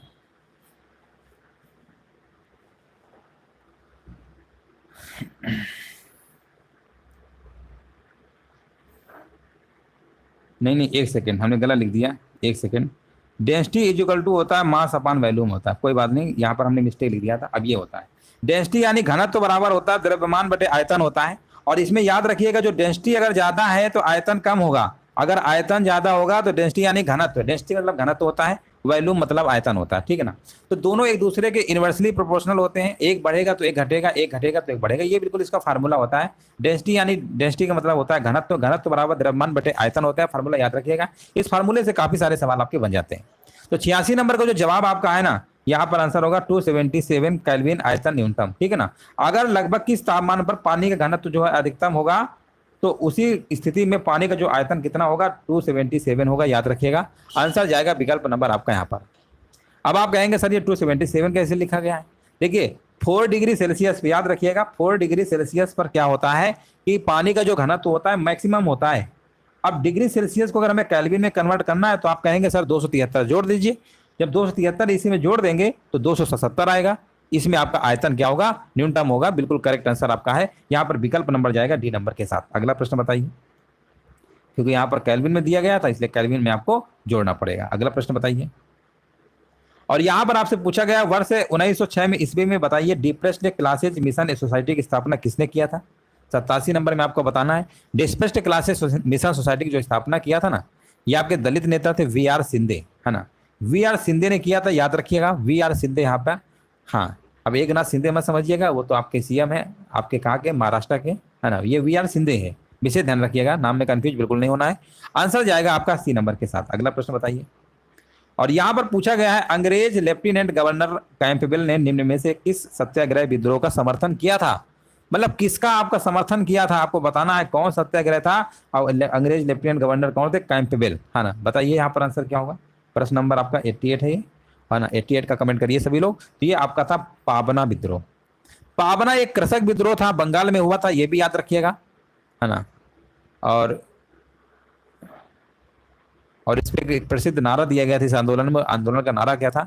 हम महारानी सिर्फ महारानी के रैयत होना चाहते हैं, रैयत होना चाहते हैं, ठीक है ना। तो इसका समर्थन किया था, याद रखिएगा। और इस विद्रोह के जो प्रमुख नेता थे आपके ईशान चंद्र राय और शंभू पाल थे, ये भी आपको याद रखना, पावना विद्रोह। अगला प्रश्न बताइए। यहां पर आपसे पूछा गया दिल्ली सल्तनत के किस सुल्तान ने खादान पर से जकात नामक कर हटा दिया था? खादान पर से जकात नामक जो कर लगाया गया था वो हटा दिया गया था। दिल्ली सल्तनत किस सुल्तान ने हटाया था? उनका नाम क्या था? उनका नाम था दोस्तों सिकंदर लोदी। सिकंदर लोदी के बारे में आप जानते ही होंगे। लोदी वंश के आपसे सबसे योग्य थे आपके शासक, है ना। और यहाँ पे आंसर क्या होगा? हाँ, आगरा। एक बार प्रश्न पूछा गया था सिकंदर लोदी ने कौन शहर बसाया था? आगरा शहर बसाया था 1504 में। 1504 में कौन शहर बसाया था? आगरा शहर बसाया था। ये भी आपको याद रखना है। आगरा शहर किसने बसाया था? आपका सिकंदर लोदी ने बसाया था। ये भी आपको याद रखना है। संस्थापक की बात करेंगे, बहलोल लोदी थे। अंतिम लोदी वंश के कौन से? इब्राहिम लोदी थे। सिकंदर लोदी ने आपका आगरा शहर की स्थापना किया था, ये भी याद रखिएगा। अंतिम कौन थे, किसने स्थापना किया लोदी वंश की, है ना। ये सब प्रश्न पढ़ लीजिएगा। यहां पर आपसे पूछा गया पुर्तगाली गवर्नर अल्बुकर्क ने भटकल में एक कारखाना खोलने की अनुमति प्राप्त करने के उद्देश्य से किसे कृष्णदेव राय के दरबार में भेजा था? किसे कृष्णदेव राय के दरबार में भेजा था? आपको कमेंट करना। यहाँ पर 90 नंबर का जवाब यहाँ पर क्या होगा? और 90 नंबर का जवाब अगर आपका आ रहा है जवाब फादर लुई, तो बिल्कुल करेक्ट आंसर आपका है ना। बिल्कुल करेक्ट आंसर आपका यहाँ पर होगा 90 नंबर का। यहाँ पर सी नंबर आपका बिल्कुल करेक्ट आंसर आपका यहाँ पर हो जाएगा। चलिए आगे बढ़ते हैं। यहां पर आपसे पूछा गया है ध्वनि के विषय में निम्नलिखित कथनों पर आपको विचार करना है। असत्य कथन की पहचान करिए, क्या होगा? अब यहां पर लिखा है ध्वनि तरंगे अनुप्रस्थ यांत्रिक तरंगे होती है, नहीं होती हैं। पहली बात तो इन्होंने गलत लिख रखा है। प्रकाश तरंगे आपकी अनुप्रस्थ तरंगे होती हैं। आप कहेंगे सर प्रकाश तरंगे अनुप्रस्थ होती है, कैसे आप पहचानेंगे? हमने एक इसकी ट्रिक बताए थे। प्रा में देखिए, प्रा आया है तो प्रकाश में भी तो अनुप्रस्थ में भी तो प्रा आ रहा है। प्राकाश और प्रा। जब अनुदैर्ध्य लिखते हैं, अनुदैर्ध्य कैसे लिखते हैं? अनुदैर्ध्य ऐसे लिखते हैं ना, अनुदैर्ध्य लिख लीजिए, है ना।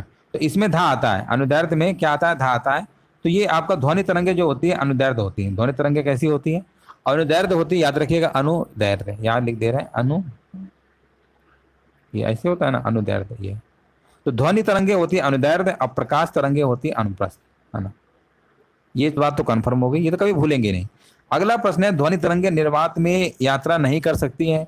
ये बात तो सही है, ध्वनि तरंगों के लिए हमें माध्यम की जरूरत पड़ती है ना। तो इसलिए ये वाली बात तो इन्होंने सही बोली है। ये भी सही है, ये भी सही है। इतने हम सुन सकते हैं 20 से लेकर 20। पहला वाला जो विकल्प था ना, यही वाला इन्होंने गलत बोला था। अब बोला गया था असत्य बताइए, तो पहला ही विकल्प मिल गया, बाकी पढ़ने की कोई जरूरत ही नहीं थी। हाँ हाँ बिल्कुल बात सही है ना, बिल्कुल करेक्ट आंसर बात है आपका सही। अगला प्रश्न बताइए, है ना। देखो चलिए यहाँ पर बताइए, पूछा गया है सूची फर्स्ट को सूची सेकंड से सुमेलित करिए। आपको उत्तर बताना क्या होगा।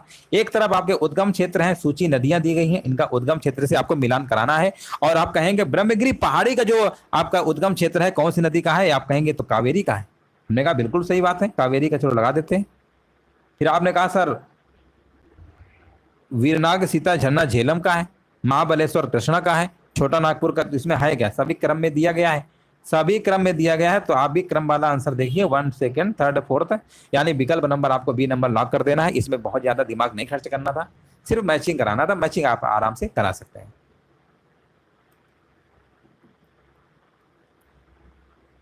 अगला प्रश्न बताइए, निम्नलिखित युग्मों में से बताइए कौन सा सुमेलित आपका नहीं? एक तरफ नगर है, एक तरफ नदियां दी गई हैं, तो आप नगर नदियों को सुमेलित करना है। तो आप कहेंगे कि जो बर्लिन शहर है जर्मनी का ना बर्लिन शहर, ये आपका स्प्री नदी किनारे, राइन नदी किनारे कब से आ गया, है ना। राइन थोड़ा है।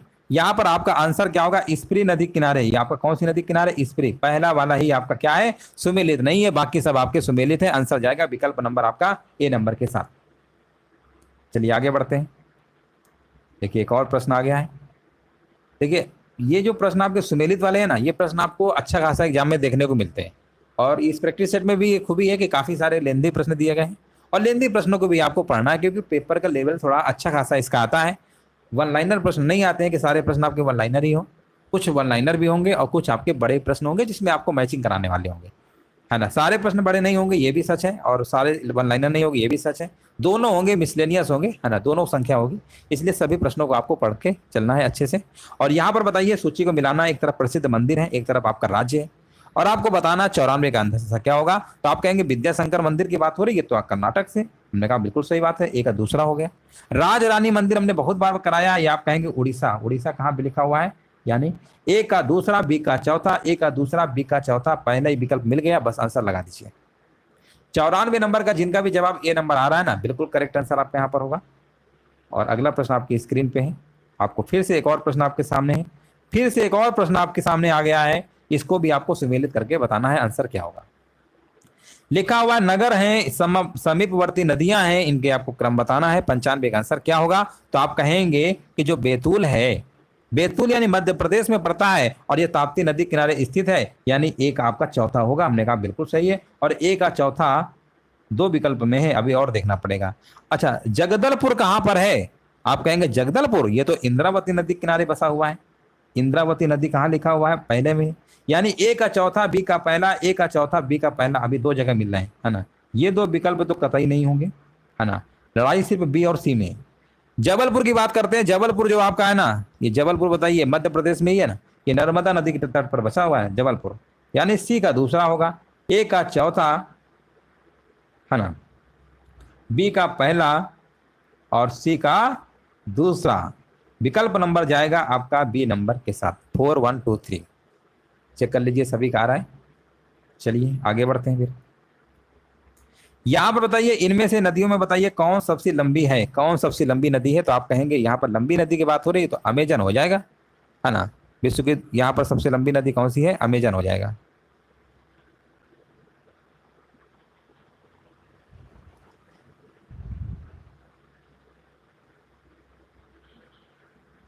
देखिए लंबाई की दृष्टि से तो छोटी है, दूसरे नंबर की है, लेकिन बहाव के क्षेत्र में जो इसका बहाव होता है ना इसका, उसके उस पर बात करेंगे तो आपका अमेजन नहीं होगा। चलिए आगे बढ़ते हैं,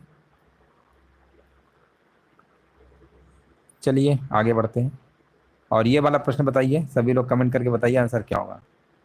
यहाँ पर भी देखिए आपको सुमेलित करने वाला ही है ना। 97 बोला गया, आपको सुमेलित करिए, आंसर दीजिए। एक तरफ खनिज दिए गए हैं और यहाँ पर आपके दिए गए हैं, आपको बताना है आंसर यहाँ पर क्या होगा।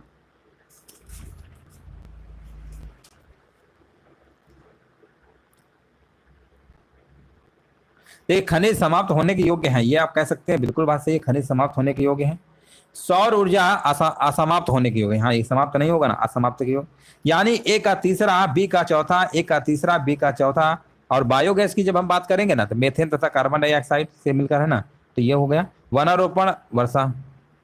तो आंसर देख लीजिए यहाँ पर मैच करेगा ना आपका, कौन सा पहला वाला होगा, 3 4 2 1, 3 4 2 1 यहाँ पे आंसर आपका सही होगा। चलिए मोस्ट वेलकम है आपका, है ना। चलिए नमस्ते नमस्ते सभी को नमस्ते। और यहाँ पर देखिए कमेंट करते रहिए। यहाँ पर आपसे पूछा गया है विश्व का सबसे बड़ा वानस्पतिक आपका उद्यान कौन सा स्थित है। 98 का देखिए आपको जवाब देना है। 98 का जवाब यहाँ पर क्या होगा, यहाँ पर क्यू होगा, इंग्लैंड में रॉयल बॉटनिक गार्डन जो क्यू है ना, इंग्लैंड विश्व का सबसे बड़ा वानस्पतिक उद्यान है। ये आपका 300 एकड़ के क्षेत्र में फैला हुआ है। कौन से कितने एकड़ में, 300 एकड़, 300 एकड़ के क्षेत्रफल में आपका ये फैला हुआ है। बताइए इनमें से बताइए कौन सा युग्म आपका सही सुमेलित नहीं है, कौन सा सही सुमेलित नहीं है, आपको बताना है। एड्रियाटिक सागर की रानी, लॉरेन कोयला क्षेत्र, वेस्ट मिडलैंड्स और टुला। आपको बताना है इनमें सुमेलित कौन सा नहीं है। तो आप कहेंगे कि इटली में स्थित जो वेनिस शहर को जो है ना, एड्रियाटिक सागर की रानी कहा जाता है, यानी पहला ही आपका होगा,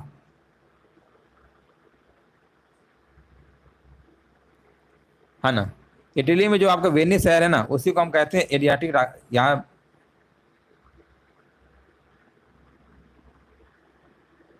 वेनिस शहर कहते हैं, ना कि रोम को, है ना, रोम नहीं, वेनिस शहर कहते हैं। विकल्प आपका ए सुमेलित नहीं है, बाकी सब हैं, टुला रूस, वेस्ट मिडलैंड्स, बर्मिंघम, लॉरेंस कोयला क्षेत्र, फ्रांस, ये सब हैं आपके। अगला प्रश्न बताइए, पूछा गया है निम्नलिखित में से किसको प्रातःकालीन शांत स्थल कहा जाता है। प्रातःकालीन शांत स्थल किसे कहा जाता है? तो ये कहा जाता है आपका दक्षिण कोरिया को। किसको कहा जाता है? दक्षिण कोरिया को। कोरिया दिया तो कोरिया मार दीजिए। जापान को कहते हैं उगते हुए, है ना, उगते हुए सूर्य का देश कहते हैं, उगते हुए सूर्य का, उगते हुए, ठीक है ना, उगते हुए कहते हैं। कोरिया आपका यहाँ पर बिल्कुल करेक्ट आंसर आपका है। दक्षिण कोरिया की राजधानी क्या है? सियोल है। क्या है? सियोल है। ये भी आपको याद रखना। कोरिया लिखा है, दक्षिण कोरिया, वैसे दो कोरिया है, उत्तर कोरिया है, दक्षिण कोरिया है। तो नॉर्थ कोरिया आपको, यानी साउथ कोरिया लगाना है, दक्षिण, नॉर्थ नहीं, साउथ, साउथ कोरिया, ठीक है ना, देना है। पूछा गया है हार्नबिल त्योहार एक प्रसिद्ध आदिवासी त्योहार है, यह भारत के इनमें से किस पूर्वोत्तर राज्य में मनाया जाता है? चलिए 101 नंबर का देखिए, आपको जवाब देना है। यहाँ पे आंसर क्या होगा, हमने कई बार बताया है। हार्नबिल, हार्नबिल देखिए चिड़िया के नाम पे रखा गया है हार्नबिल त्योहार, और सभी को पता है ना। इस चिड़िया को नागा जनजाति में पवित्र माना जाता है। आंसर जाएगा नागालैंड, विकल्प नंबर जाएगा आपका। यहाँ पर जो आंसर आपका होगा, यहाँ पर क्या होगा आपका? ऑप्शन नंबर सी नंबर बिल्कुल करेक्ट आंसर आपका यहाँ पर होगा। एक बार चेक कर लीजिए सभी का जवाब आ रहा है। हाँ बिल्कुल, देखिए करेक्ट आंसर है। अगला प्रश्न बताइए। चलिए 102 नंबर का देखिए, आपको जवाब देना है। पूछा गया है जश्न और रेखता क्या है? जश्न और रेखता क्या है, आपको बताना है। आंसर क्या होगा? देखिए इसका आयोजन दिल्ली में होता है, ये बात तो सही है, लेकिन है क्या ये आपका जो है, यहाँ पर जो विकल्प आपका लिखा हुआ है ना, उर्दू भाषा का, यहाँ पर जो विकल्प आपका लिखा हुआ है उर्दू भाषा का जश्न मनाने के लिए वार्षिक साहित्यिक उत्सव, जिसका आयोजन दिल्ली में किया जाता है। विकल्प नंबर यहाँ पे आपका डी नंबर वाला बिल्कुल करेक्ट आंसर आपका यहाँ पर होगा। जिनका भी जवाब डी नंबर आ रहा है बिल्कुल राइट आंसर दे रहे हैं। चलिए अगला प्रश्न बताइए। हाँ हाँ बिल्कुल, देखिए बिल्कुल बात सही है। अगला प्रश्न बताइए। और यहाँ पर देखिए सबसे आसान प्रश्न पूछा गया है, पूर्ण कुंभ मेला कितने वर्षों में एक बार आयोजित किया जाता है? इसका आंसर किसी का गलत नहीं आना चाहिए, है ना। इसका आंसर किसी का भी गलत नहीं आना चाहिए। कोशिश करिए सभी लोग यहाँ पे आंसर दीजिए सही। बहुत बढ़िया, बिल्कुल सही जवाब है। 12 वर्ष में, हर 12 वर्ष में, बिल्कुल सही बात है। हर 12 वर्ष वाला बिल्कुल करेक्ट आंसर आपका है। अगला प्रश्न बताइए। पंडित बिरजू महाराज निम्न में से किस नृत्य शैली से संबंधित हैं? पंडित बिरजू महाराज के बारे में पूछा गया है। 104 नंबर का आपको जवाब देना है। और यहां पर बताया जा रहा है 104 नंबर का कह रहे हैं पंडित बिरजू महाराज, लच्छू महाराज, ये आपके कथक नृत्य शैली संबंधित है। यहाँ पे आंसर जाएगा विकल्प नंबर आपका यहाँ पर सी नंबर के साथ। हाँ बिल्कुल, देखिए करेक्ट आंसर है। जिनका भी सी नंबर आ रहा है ना, बिल्कुल राइट आंसर दे रहे हैं। और अगला प्रश्न आपकी स्क्रीन पे है। क्वेश्चन नंबर देखिए 105 नंबर आपको जवाब देना है। पूछा गया है मध्य प्रदेश कला परिषद के सहयोग से भारत सरकार के द्वारा वर्ष यहाँ पर डैश डैश से भरना है खजुराहो नृत्य उत्सव का शुभारंभ किया गया था। कब किया गया था खजुराहो नृत्य उत्सव का शुभारंभ, आपको बताना है। और ये दोस्तों कब किया गया था? मध्य प्रदेश कला परिषद के सहयोग से भारत सरकार के द्वारा 1975 में किया गया था। आंसर जाएगा विकल्प नंबर ए के साथ।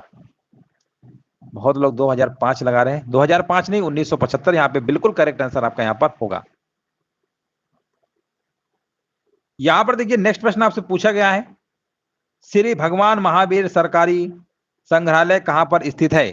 श्री भगवान महावीर सरकारी संग्रहालय जो आपका स्थित है, ये कहां पर है आपको बताना है। तो ये दोस्तों आपका एक शहर पड़ता है कडप्पा, है ना। कडप्पा एक शहर पड़ता है, वो आपका आंध्र प्रदेश में पड़ता है। आंसर लगा दीजिए, आंध्र प्रदेश दिया गया। विकल्प नंबर जाएगा बी नंबर के साथ। हिंदी संस्थान भारत सरकार के शिक्षा मंत्रालय के उस शिक्षा विभाग द्वारा 1960 में स्थापित एक स्वायत्त शैक्षणिक संस्थान है। इसका मुख्यालय कहां पर है?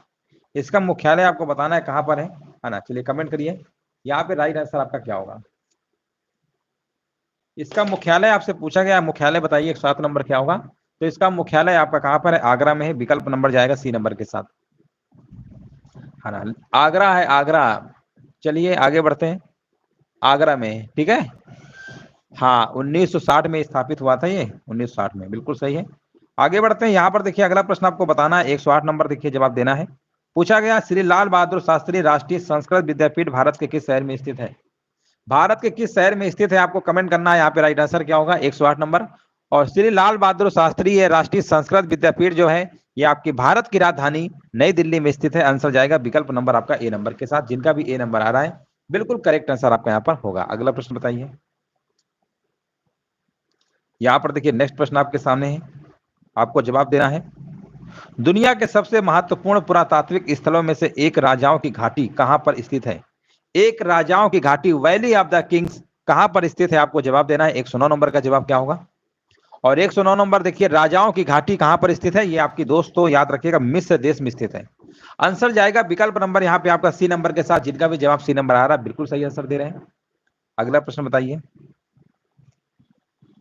चलिए 110 नंबर देखिए आपकी स्क्रीन में, आपको कमेंट करना है। यहाँ पे राइट आंसर क्या होगा पूछा गया है। बेसिलिका ऑफ बॉम जीसस एक रोमन कैथोलिक बेसिलिका है जो किस राज्य में स्थित है और यूनेस्को के एक विश्व धरोहर स्थलों में से भी है। यानी ये यूनेस्को के विश्व धरोहर स्थल में भी है। अब बताइए कौन से राज्य में स्थित है? भारत में आपके 28 राज्य हैं, 8 केंद्र शासित प्रदेश हैं। बताइए 28 राज्यों में से कहां पर स्थित है? 4 विकल्प आपको दिए गए, 4 विकल्प में से आपका सही है। 110 नंबर का बताइए क्या होगा? हाँ, इतना हम आपको हिंट दे रहे हैं। जिस राज्य में स्थित है उस राज्य की राजधानी पणजी है। उस राज्य की राजधानी क्या है? पणजी है। अब आप समझिए कि इसका आंसर क्या हो सकता है। इसकी राजधानी पणजी है, यानी आंसर जाएगा गोवा। बिल्कुल सही है, आंसर जाएगा ए नंबर के साथ। अगला प्रश्न बताइए। यहां पर देखिए आपको बताना, अगला प्रश्न है, वेणुवन विहार बौद्ध मठ निम्न में से किस भारतीय राज्य में स्थित है?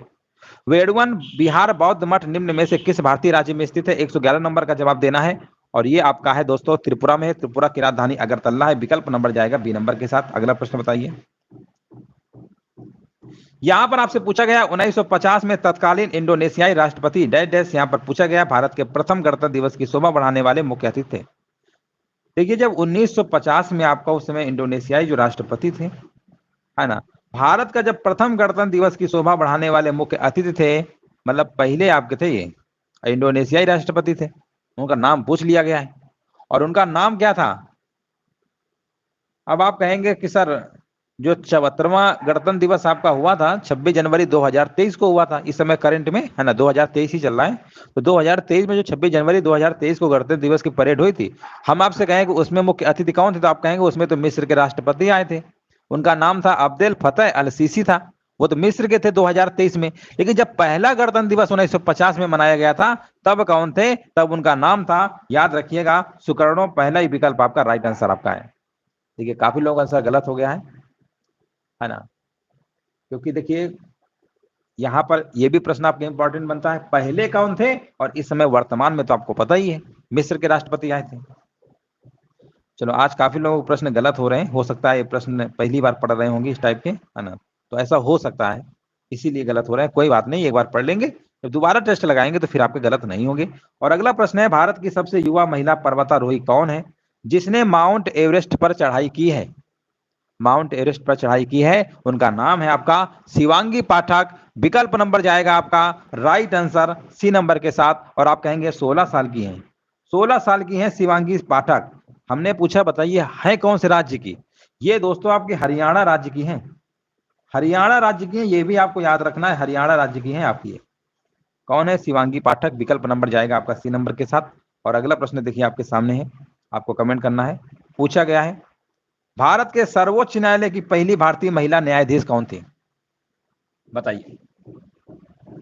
यहां पर आपको बताना है, और ये राज्यपाल भी रह चुकी हैं 2007 से लेकर 2010 तक, तमिलनाडु की राज्यपाल भी रह चुकी है। उनका नाम आपको बताना, ये पहली भारतीय महिला न्यायाधीश थी, है ना। 1989 में ये जो है आपकी नियुक्ति इनकी हुई थी, मुख्य न्यायाधीश बनी थी आपकी सुप्रीम कोर्ट में, है ना, सुप्रीम कोर्ट की न्यायाधीश थी आपकी ये, 1989 में थी। और उनका नाम क्या था? फातिमा बीबी। विकल्प नंबर जाएगा डी नंबर के साथ। बहुत बढ़िया, बिल्कुल सही है, फातिमा बीबी बिल्कुल सही है। अगला प्रश्न बताइए। यहां से कुछ करंट के प्रश्न हमारे स्टार्ट है। पूछा गया अगस्त 2023 में आईटी कंपनी इन्फोसिस ने किसे अपना वैश्विक ब्रांड एम्बेसडर नियुक्त किया है? 115 नंबर का आपको जवाब देना है। तो ये जो आपके स्पेन के हैं ना राफेल नडाल है, और जो पोलैंड की है आपकी ईगा स्विटेक। पोलैंड की कौन है? ईगा स्विटेक है ना। इन दोनों को ब्रांड एम्बेसडर आपके बने हैं, लेकिन यहाँ पर राफेल नडाल लिखा है मेल वाला, तो आंसर लगा दीजिए, बस हो गया। चलिए आगे बढ़ते हैं। जुलाई 2023 में 23वें एससीओ शिखर सम्मेलन की अध्यक्षता किस देश के द्वारा किया गया? तो ये किया गया था आपका भारत की, है ना, भारत। पहला ही विकल्प आपका सही है। अगस्त 2023 में घोषित 69वें राष्ट्रीय फिल्म पुरस्कार 2021 में सर्वश्रेष्ठ फीचर फिल्म का पुरस्कार किसे दिया गया? देखिए, सर्वश्रेष्ठ फीचर फिल्म का बात हो रही है और ये आपका रॉकेटरी द नॉबी इफेक्ट है। अगर हम यहाँ पर बोलते हैं कि बेस्ट हिंदी फिल्म कौन सी है, तो फिर आपको लगाना पड़ेगा सरदार उधम। ये भी आपको याद रखना है। बेस्ट एक्टर की बात करेंगे, अल्लू अर्जुन है। फिल्म है इनकी द पुष्पा द राइज। चलिए आगे बढ़ते हैं। बेस्ट एक्ट्रेस की बात करेंगे, आलिया भट्ट है। फिल्म है गंगूबाई काठियावाड़ी। कृति सेनन भी है फिल्म मिमी के लिए। अगला प्रश्न है, जून 2023 में चौथे राष्ट्रीय जल पुरस्कार 2022 में किस राज्य को सर्वश्रेष्ठ राज्य का पुरस्कार प्रदान किया गया है? आंसर जाएगा विकल्प नंबर यहाँ पे आपका डी नंबर के साथ, मध्य प्रदेश को मिला है। आंसर जाएगा आपका डी नंबर के साथ।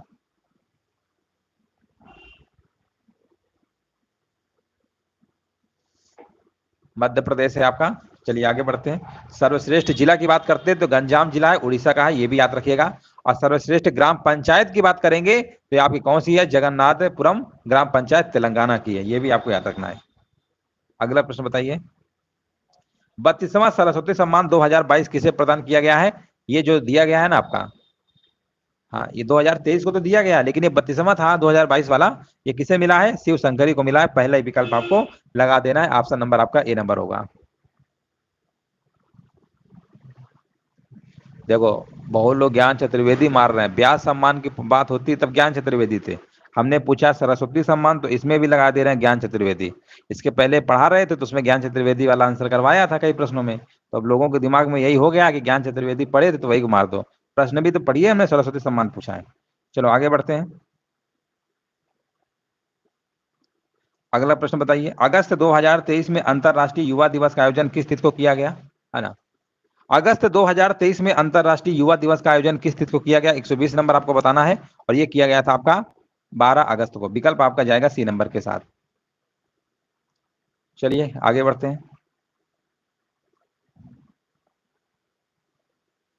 अगस्त 2023 में 15वां ब्रिक्स शिखर सम्मेलन का आयोजन किस देश में किया गया? 121 नंबर बताना है। तो ये किया गया था आपका साउथ अफ्रीका में। साउथ अफ्रीका यहाँ पे बिल्कुल करेक्ट आंसर आपका है। 122 नंबर बताइए, जुलाई 2023 में नाटो शिखर सम्मेलन 2023 का आयोजन कहां पर किया गया? ये कहां पर किया गया आपको बताना है, और ये दोस्तों किया गया था आपका लिथुआनिया में किया गया था। कहां पर किया गया था? लिथुआनिया। विकल्प नंबर जाएगा आपका बी नंबर के साथ, बिल्कुल सही जवाब है। अगला प्रश्न बताइए, अगस्त 2023 में किस सार्वजनिक कंपनी को महारत्न का दर्जा दिया गया? कौन सी महारत्न कंपनी है जिसको आपका दर्जा दिया गया है सार्वजनिक कंपनी को महारत्न का? वो कंपनी का नाम है आपका, आंसर जाएगा ऑयल इंडिया लिमिटेड। विकल्प नंबर जाएगा डी नंबर के साथ, है ना। यहाँ पे राइट आंसर क्या है? Oil India limited, option number D वाला सही है। अगला प्रश्न बताइए, यहां से देखिए प्रश्न हमारे रीजनिंग के स्टार्ट हो गए, क्योंकि आपको पता होगा 140 प्रश्नों में यहाँ से रीजनिंग के भी प्रश्न आएंगे। तो आज हमने इस सेशन में रीजनिंग के भी प्रश्नों को यहाँ पे लिया हुआ है।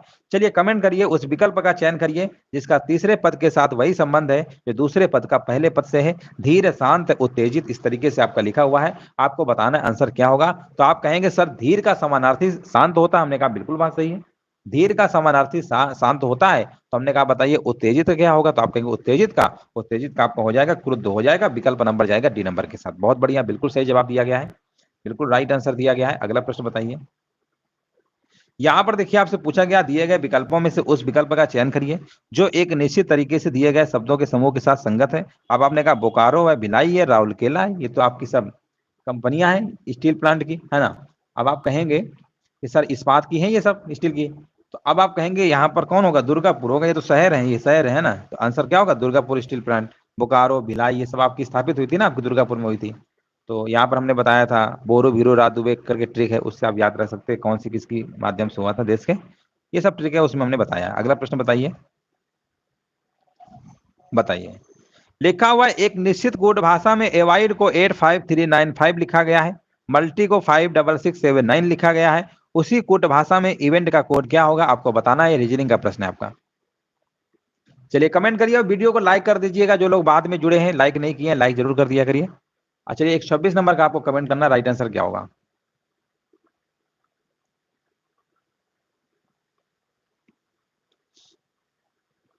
देखो ऐसे प्रश्नों को आप इस तरीके से भी लगा सकते हैं, थोड़ा सा अगर लॉजिक भी सोचेंगे। देखो इवेंट का पूछा गया है, हमने कहा यहाँ पर देखिए इवेंट का कोड पूछा गया है, ठीक है ना। ऑप्शन में सबसे पहले स्टार्टिंग में देखिए, ध्यान से अगर आप देखेंगे तो स्टार्टिंग में 4 आ रहा है, सब में 4 आ रहा है ऑप्शन में। इसका मतलब ये कंफर्म है कि ई का कोड इन्होंने 4 लिखा है ना। ये हम आपको थोड़ा शॉर्टकट बता रहे हैं वाले, हालांकि इसका बेसिक बता देंगे जो कैसे आएगा। अभी हम थोड़ा सा लॉजिकल बता रहे हैं कैसे आप सोच सकते हैं। सभी विकल्पों में स्टार्टिंग में 4 है, तो ई के बाद यानी 4 है, तो 4 के बाद एक नंबर यहाँ छोड़ के अगला नंबर तो 4 आएगा ही, आएगा कि नहीं आएगा बताइए, क्योंकि यहाँ ई के बाद ई आ रहा है, तो 4 के बाद एक नंबर छोड़ के 4 आएगा। और आप कहेंगे सर जी 4 छोड़ के 4 तो इसी वाले विकल्प में आ रहा है, बस लगा दो। तो ये जो लॉजिक हमने आपको बताया ये मात्र सेकंडों की, ये थोड़ा सा लॉजिकल है, दिमाग से ज्यादा सोचने वाला है ना। ये थोड़ा सा देखिए, मतलब कहते नहीं एग्जाम में कम टाइम में क्वेश्चन करना है, प्रेजेंस ऑफ माइंड आपको सोचना है कैसे, तो ये हल्का सा आप ऑप्शन की नजर डालते ना तो सभी में 4 4 आ रहा था और ई के बाद ही, ये तो आप ऐसे ही लगा देंगे सेकंडों में। लेकिन इसका देखिए रूल कैसे लगेगा, देखो रूल बता दे रहे हैं। रूल क्या था, देखो एक है ना, ए का कोड क्या होता है, एक होता है, इसका अपोजिट कितना होता है, आप कहेंगे जेड होता है, जेड का कोड होता है 26, इनका डिजिटल सम कर दो, 2 और 6 कितना होता है 8, इस तरीके से लिखा गया था। इसी प्रकार है ना, इसी प्रकार आपका यहाँ पर है ना, तो वी का अपोजिट इसका कोड कितना होगा, ई होगा ना 5, 22 5 27 होता है ना, ई होगा। तो ये अपोजिट लिखे गए थे, और जहां पे डबल डिजिट आएगा ना उसको जोड़ दीजिएगा। जैसे यहाँ पर आपका 26 आया था तो 2 और 6 जोड़ दिया तो 8 लिख दिया था, मतलब सिंगल डिजिट पे ही लिखना है, ठीक है ना, अपोजिट था। इस तरीके से आप कर सकते हैं, इसमें थोड़ा समय लगेगा, लेकिन ये जो हमने आपको लॉजिक बताया था ये तो आप सेकंडों में ऐसे ही लगा सकते थे। कुछ नहीं है, बस इनका अपोजिट नंबर लिखा गया है, अपोजिट नंबर में अगर कोई डबल डिजिट का है ना तो उसको दोनों को ऐड कर देना, वही नंबर आपको डिजिटल सम कर देना, बस सिंगल है तो कोई दिक्कत ही नहीं। चलो आगे बढ़ते हैं, यहाँ पर बताइए, बोला गया उस संख्या का चयन करिए जो निम्नलिखित श्रेणी में प्रश्न चिन्ह के स्थान पर आएगी। प्रश्न चिन्ह के स्थान पर बताइए क्या आएगा। अब आप कहेंगे 7 के बाद 56 लिखा गया है ना, 7 के बाद 56 लिखा गया, कहीं ना कहीं ये 8 गुना है, 7 अट्ठे क्या होता है 56 होता है, 7 का मतलब 8 गुना कर देंगे तो आप कहेंगे 56 आएगा। अब 56 का इन्होंने 28 लिखा है, इसका मतलब इन्होंने 2 से भाग किया यानी आधा किया है, आधा इसका होता है 28। इसके बाद हम देखते हैं क्या इसका 8 गुना फिर किया गया है, 8 गुना करके देख लो, 8 अट्ठे 64 होता है, 8 दूनी 16 6 22 होता है, बिल्कुल देखिए 224 है ना आया। फिर इसका आधा इन्होंने किया है 112 लिखा है, फिर अगला नंबर जो होगा वो 112 का 8 गुना करेंगे, और 8 दूनी 16, 8 एकम 8 एक 9, 8 एकम 8, 896 इसका आंसर होगा। विकल्प नंबर जाएगा बी नंबर के साथ। देख लीजिए सभी का जवाब आ रहा है, अगर आ रहा है बी नंबर तो बिल्कुल सही जवाब दे रहे हैं। अगला प्रश्न बताइए, यहां पर आपसे पूछा गया निम्नलिखित प्रश्नों को देखिए, प्रश्न चिन्ह के मतलब क्वेश्चन मार्क बना हुआ है, आपको बताना है यहाँ पर कौन सा नंबर आएगा, यहाँ पर कौन सा नंबर आएगा, लॉजिक है, थोड़ा सोचिए कौन सा इन्होंने किया है।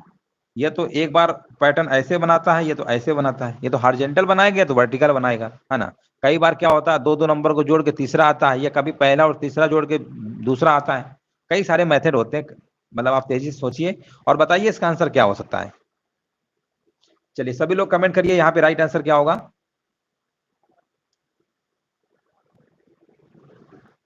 128 नंबर का देखिए, सभी लोग कमेंट करिए और नंबर जरूर डाल दिया करिए, क्वेश्चन का कौन से नंबर का जवाब दे रहे हैं। 128 नंबर आपको जवाब देना है। अब देखिए इसमें किया क्या गया है, इसमें इन्होंने किया क्या है, आंसर आ गया है, कह रहे हैं 128 नंबर कह रहे हैं, 128 नंबर का बता रहे हैं बी नंबर होगा। बी वाले देख लो, बी वाले आंसर बता रहे हैं, और देख लो भैया बी के अलावा कुछ और भी आ रहा है। देखो हमने कहा आप ऐसा करिए 28 और 8 को जोड़ लीजिए, तो आपने कहा सर जी 28 8 को जोड़ेंगे तो 36 आएगा, लेकिन 6 हमको लाना है, 6 कैसे आएगा, हमने कहा इसका वर्गमूल ले लो, इसका वर्गमूल ले लो, तो आपने कहा हाँ 6 आएगा, बिल्कुल सही, हमने कहा चलो ठीक है। इसी प्रकार हमने कहा 63 और 18 को जोड़िए, तो आपने कहा इसको हम जोड़ लेते हैं, बहुत आसान है, 81 आएगा। हमने कहा इसका वर्गमूल ले लो, तो आपने कहा 9 आएगा, बिल्कुल सही बात है। इसका मतलब ये तो कंफर्म हो गया कि ये 9 का स्क्वायर यहाँ पे क्या था, दोनों को जोड़ने पे 81 हो रहा था, है ना। ऐसे ही यहाँ पर जो 13 है ना, अब समझिएगा 13 है, ठीक है, और यहाँ पर हमने क्या लिखा था, यहाँ पर 36 दोनों को समा रहा था, यानी 13 का स्क्वायर 169 होता है। 94 में कितना जोड़ दें कि 169 हो जाए, 94 में कितना जोड़ दें 169 हो जाए, ऐसा ही करो 169 में आप 94 घटा ही लो सीधे सीधे, क्या कि जोड़ने के चक्कर में पड़ोगे। 9 में 4 घटाओगे 5, 16 में 9 गया 7, 75 आ रहा है क्या, 75 आएगा, 75। बहुत बढ़िया, जिनका भी जवाब आ गया है 75 नंबर, बिल्कुल सही आंसर दिए हैं, बिल्कुल करेक्ट आंसर आपका यहाँ पर होगा। ये लॉजिक था, दोनों नंबर का जो भी सम होगा ना, पहला और दूसरा, उसका वर्गमूल लेने पे आपका 13 आना चाहिए था, तो इसका मतलब दोनों को जोड़ने पे 169 आना चाहिए, और 169 तभी आएगा जब 94 में आप 75 जोड़ देंगे। चलिए आगे बढ़ते हैं। और ये देखिए डायरेक्शन का प्रश्न है, इतना आसान प्रश्न है कि हम क्या बताएं, है ना। सभी लोग इसको बताइए इसका आंसर क्या होगा। बस कुछ नहीं है, डायरेक्शन चलना है, दायां बायां यही सब मुड़ाना है बस, और कुछ नहीं। कुछ नहीं, यहाँ पर तो सिर्फ दिशा पूछा, ये भी नहीं पूछा कि कितने किलोमीटर गया है ना। सभी लोग कमेंट करिए, फिर हम आगे बढ़ते हैं अगले प्रश्न में। 129 नंबर का सभी लोग कमेंट करिए, यहाँ पे राइट आंसर क्या होगा। 129 नंबर का देखिए कमेंट करना है।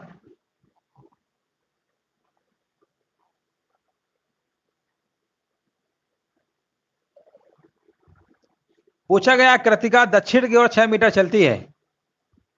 कृतिका जो है दक्षिण की ओर चलती है, 6 मीटर चलती है, ध्यान दीजिएगा 6 मीटर चलती है।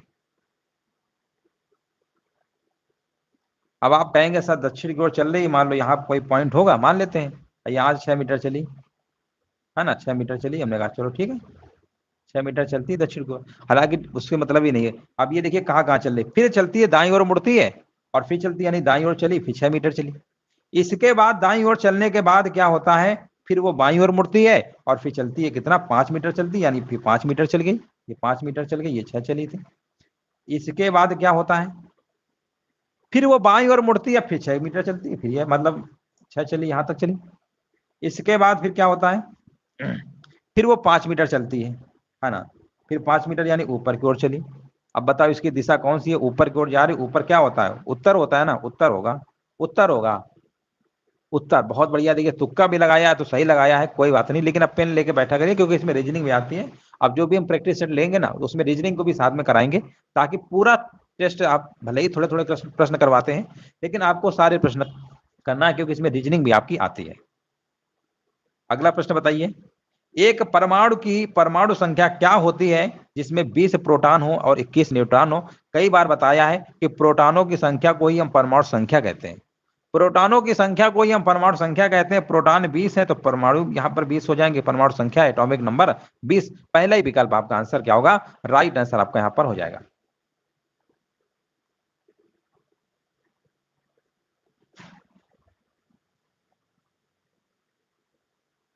चलिए आगे बढ़ते हैं। चलिए 131 नंबर बताइए सभी लोग, जवाब क्या होगा। मास नंबर कहते हैं ना जब दोनों जोड़ देते हैं प्रोटॉन में, ठीक है ना, वो अलग चीज है, एटॉमिक नंबर पूछा गया था। चलिए यहाँ पर बताइए, यहाँ पर व्हिट टेकर द्वारा प्रतिपादित, है ना, किंगडम क्लासिफिकेशन में कौन शामिल नहीं है, कौन शामिल नहीं है आपको बताना है। तो यहाँ पर आपका मोनेरा है, ये सब है। एंडो स्पोर्ट्स आपका शामिल नहीं है, विकल्प नंबर जाएगा यहाँ पर डी नंबर के साथ। देखिए RH व्हिटेकर ने जीव जगत के प्राणियों को 5 किंगडम में बांटा था, उनका नाम था मोनेरा, पोरिस्टा, फंजाई, प्लांटी और एनिमेलिया। यहाँ एंडो स्पोर्ट्स जो दिया गया है ये आपका नहीं था, ठीक है ना, आंसर जाएगा विकल्प नंबर डी के साथ। अगला प्रश्न बताइए, किस क्रांतिकारी ने बम का दर्शन लिखा था, किस क्रांतिकारी ने बम का दर्शन लिखा था आपको बताना है, और ये उन्होंने किसने लिखा था आपको नाम बताना है।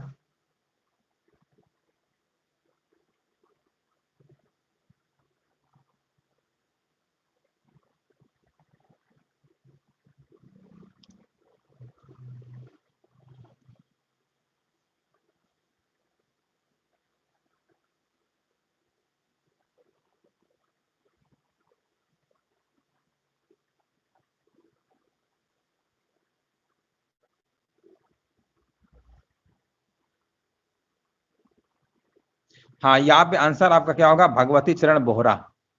ऑप्शन नंबर आपका सी नंबर है, सी है आपका। चलो आगे बढ़ते हैं। कांग्रेस के संस्थापक एओ होम की जीवनी किसके द्वारा लिखी गई थी। कांग्रेस के संस्थापक आप जानते हैं 1885 में भारतीय राष्ट्रीय कांग्रेस की स्थापना किया था, एओ होम के द्वारा हुई थी, सभी को पता है। और इनकी जो जीवनी है ना किसके द्वारा लिखी गई थी, तो याद रखिएगा ये लिखी गई थी आपकी विलियम वेडरबर्न के द्वारा लिखी गई थी। आंसर जाएगा विकल्प नंबर बी नंबर के साथ। अगला प्रश्न बताइए,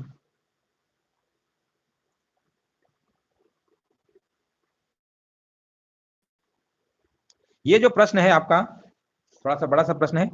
बताइए, यहाँ पर सूची दी गई है, मिलान करना है। 134 नंबर में जवाब क्या होगा? लिखा है V S Srinivas Shastri, V D Savarkar, Ramaswamy Naicker, V T Ranadive. ये पार्टियां हैं, इनको आपको मतलब सुमेलित करना है, किससे कौन संबंधित है। तो देखिए, वीएस श्रीनिवास शास्त्री का जो संबंध है इंडियन नेशनल लिबरेशन फेडरेशन से है। तो यहाँ पर जो ए नंबर का आपका है ना, ए नंबर का आपका हो जाएगा चौथा, और ए नंबर का चौथा सिर्फ संयोग से एक ही विकल्प में है, वो है 4231, है ना। तो बस मैचिंग करके ऑप्शन नंबर यहाँ पे आपको लगा देना है, सी नंबर। अगला प्रश्न बताइए।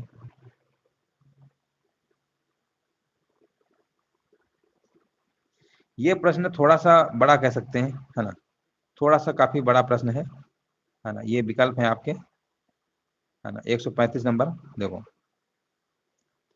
यहाँ पर आपके लिखे गए हैं सूची फर्स्ट को सूची सेकंड से मिलान करना है, संस्थान है और स्थापना वर्ष।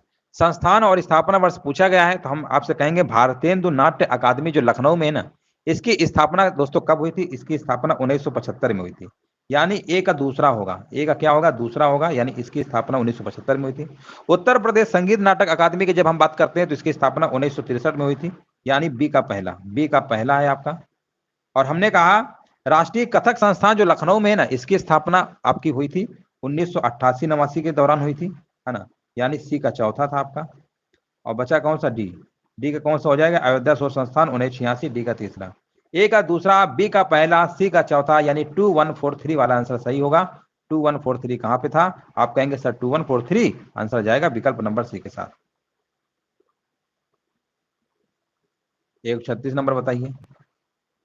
बोला गया इनमें से कौन सा एक सही सुमेलित नहीं है? कौन सा एक सही सुमेलित नहीं है? 136 नंबर बताना है। यहां पर आपका हो जाएगा राज्य मानवाधिकार जो आयोग है, इसका गठन 7 अक्टूबर 2002 को हुआ था। 2002 को हुआ था, 2000 को नहीं हुआ था, 2002 को हुआ था, यही वाला गलत है आपका। ऑप्शन नंबर जाएगा डी नंबर के साथ।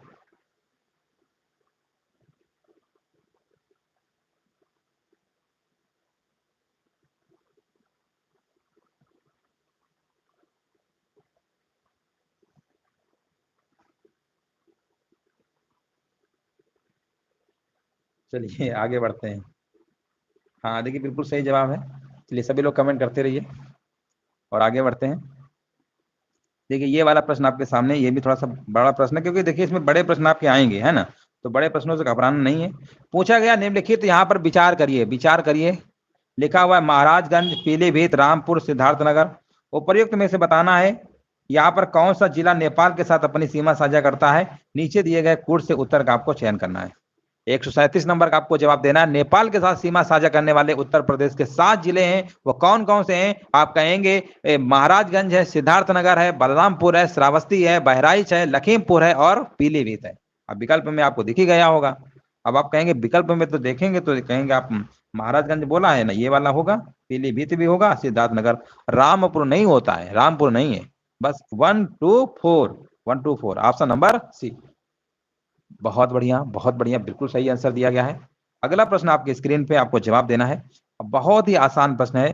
निम्नलिखित में से यह किसका मत था कि पृथ्वी सूर्य की परिक्रमा करती है? मतलब आपको बताना ये किसका मत था। तो रामपुर को भी नेपाल से ला रहे हैं, नेपाल के साथ रामपुर कब से करने लगा? रामपुर नहीं है। चलो आगे बढ़ते हैं। किसका मत था कि पृथ्वी सूर्य की परिक्रमा करती है? ये किसका मत था? तो आप कहेंगे ये वाला जो मत था, तो ये तो बड़ा आसान है, ये वराहमिहिर, आंसर लगा दीजिए। वराहमिहिर का मत था कि पृथ्वी सूर्य की परिक्रमा करती है, याद रखिएगा। आंसर जाएगा आपका विकल्प नंबर सी के साथ। अगला प्रश्न बताइए। यहां पर पूछा गया महाराष्ट्र में निम्नलिखित में से कौन सी एक फसल श्वेत स्वर्ण के नाम से जानी जाती है? श्वेत स्वर्ण के नाम से जानी जाती है। आप कहेंगे श्वेत स्वर्ण की बात हो रही है, ये तो कपास हो गया, और कपास के लिए सभी को पता है कि काली मिट्टी की जरूरत पड़ती है। और काली मिट्टी को क्या कहते हैं? रेगुर मिट्टी कहते हैं। महाराष्ट्र में पाई जाती है ना प्रचुर मात्रा में। प्रश्न पूछा जाता है कि सब ज्यादा काली मिट्टी की प्रचुर मात्रा कौन से मतलब स्टेट में है, तो ये महाराष्ट्र में ही पाई जाती है। कपास खेती के लिए सभी को पता है काली मिट्टी होती है, और इसी को हम कहते हैं श्वेत स्वर्ण के रूप में कहते हैं, याद रखिएगा। आंसर जाएगा सी नंबर के साथ, बिल्कुल करेक्ट आंसर आपका हो जाएगा। और यहां पर देखिए अगला प्रश्न आपके सामने स्क्रीन में आपको जवाब देना है, और ये कह सकते हैं अंतिम प्रश्न है। 140 प्रश्न आपके आएंगे प्रथम प्रश्न पत्र सामान्य अध्ययन में, और ये आखिरी प्रश्न आपका हमने लिया 140 नंबर। आपको जवाब देना है निम्नलिखित में से कौन सा यहाँ पर दो सही सुमेलित है? कौन से दो सही सुमेलित है आपको बताना है। राइट आंसर यहाँ पर क्या होगा? 140 नंबर का आपको जवाब देना है। आंसर क्या होगा? अब आप कहेंगे सर केरिया जो है उड़ीसा बिहार, चलो ये तो आपका लग रहा सुमिलित है, ये तो सम्मिलित है पहला वाला, है ना। उत्तर प्रदेश नहीं, खेरिया उत्तर प्रदेश नहीं, केरिया उत्तर प्रदेश दूसरा नहीं है। यानदी भी नहीं है, यानदी आंध्र प्रदेश में है और तेलंगाना में, राजस्थान में थोड़ा है। पालियान की जब बात करते हैं तमिलनाडु में, यानी आपके दो विकल्प सही होंगे, पहला और चौथा आंसर जाएगा विकल्प नंबर बी नंबर के साथ। और बहुत बढ़िया, बिल्कुल सही जवाब दिया गया, कह रहे 1 और 4 होगा, जो कि बिल्कुल करेक्ट आंसर आपका यहाँ पर दिया गया है। चलिए, उम्मीद है आज का सेशन अच्छा लगा होगा, और यहाँ तक अब आप देखेंगे तो पहला मान लेके आएंगे, और उम्मीद है सेशन अच्छा लगा होगा। वीडियो को लाइक कर दीजिएगा। सभी को धन्यवाद, सभी को जय हिंद, सभी को वंदे मातरम।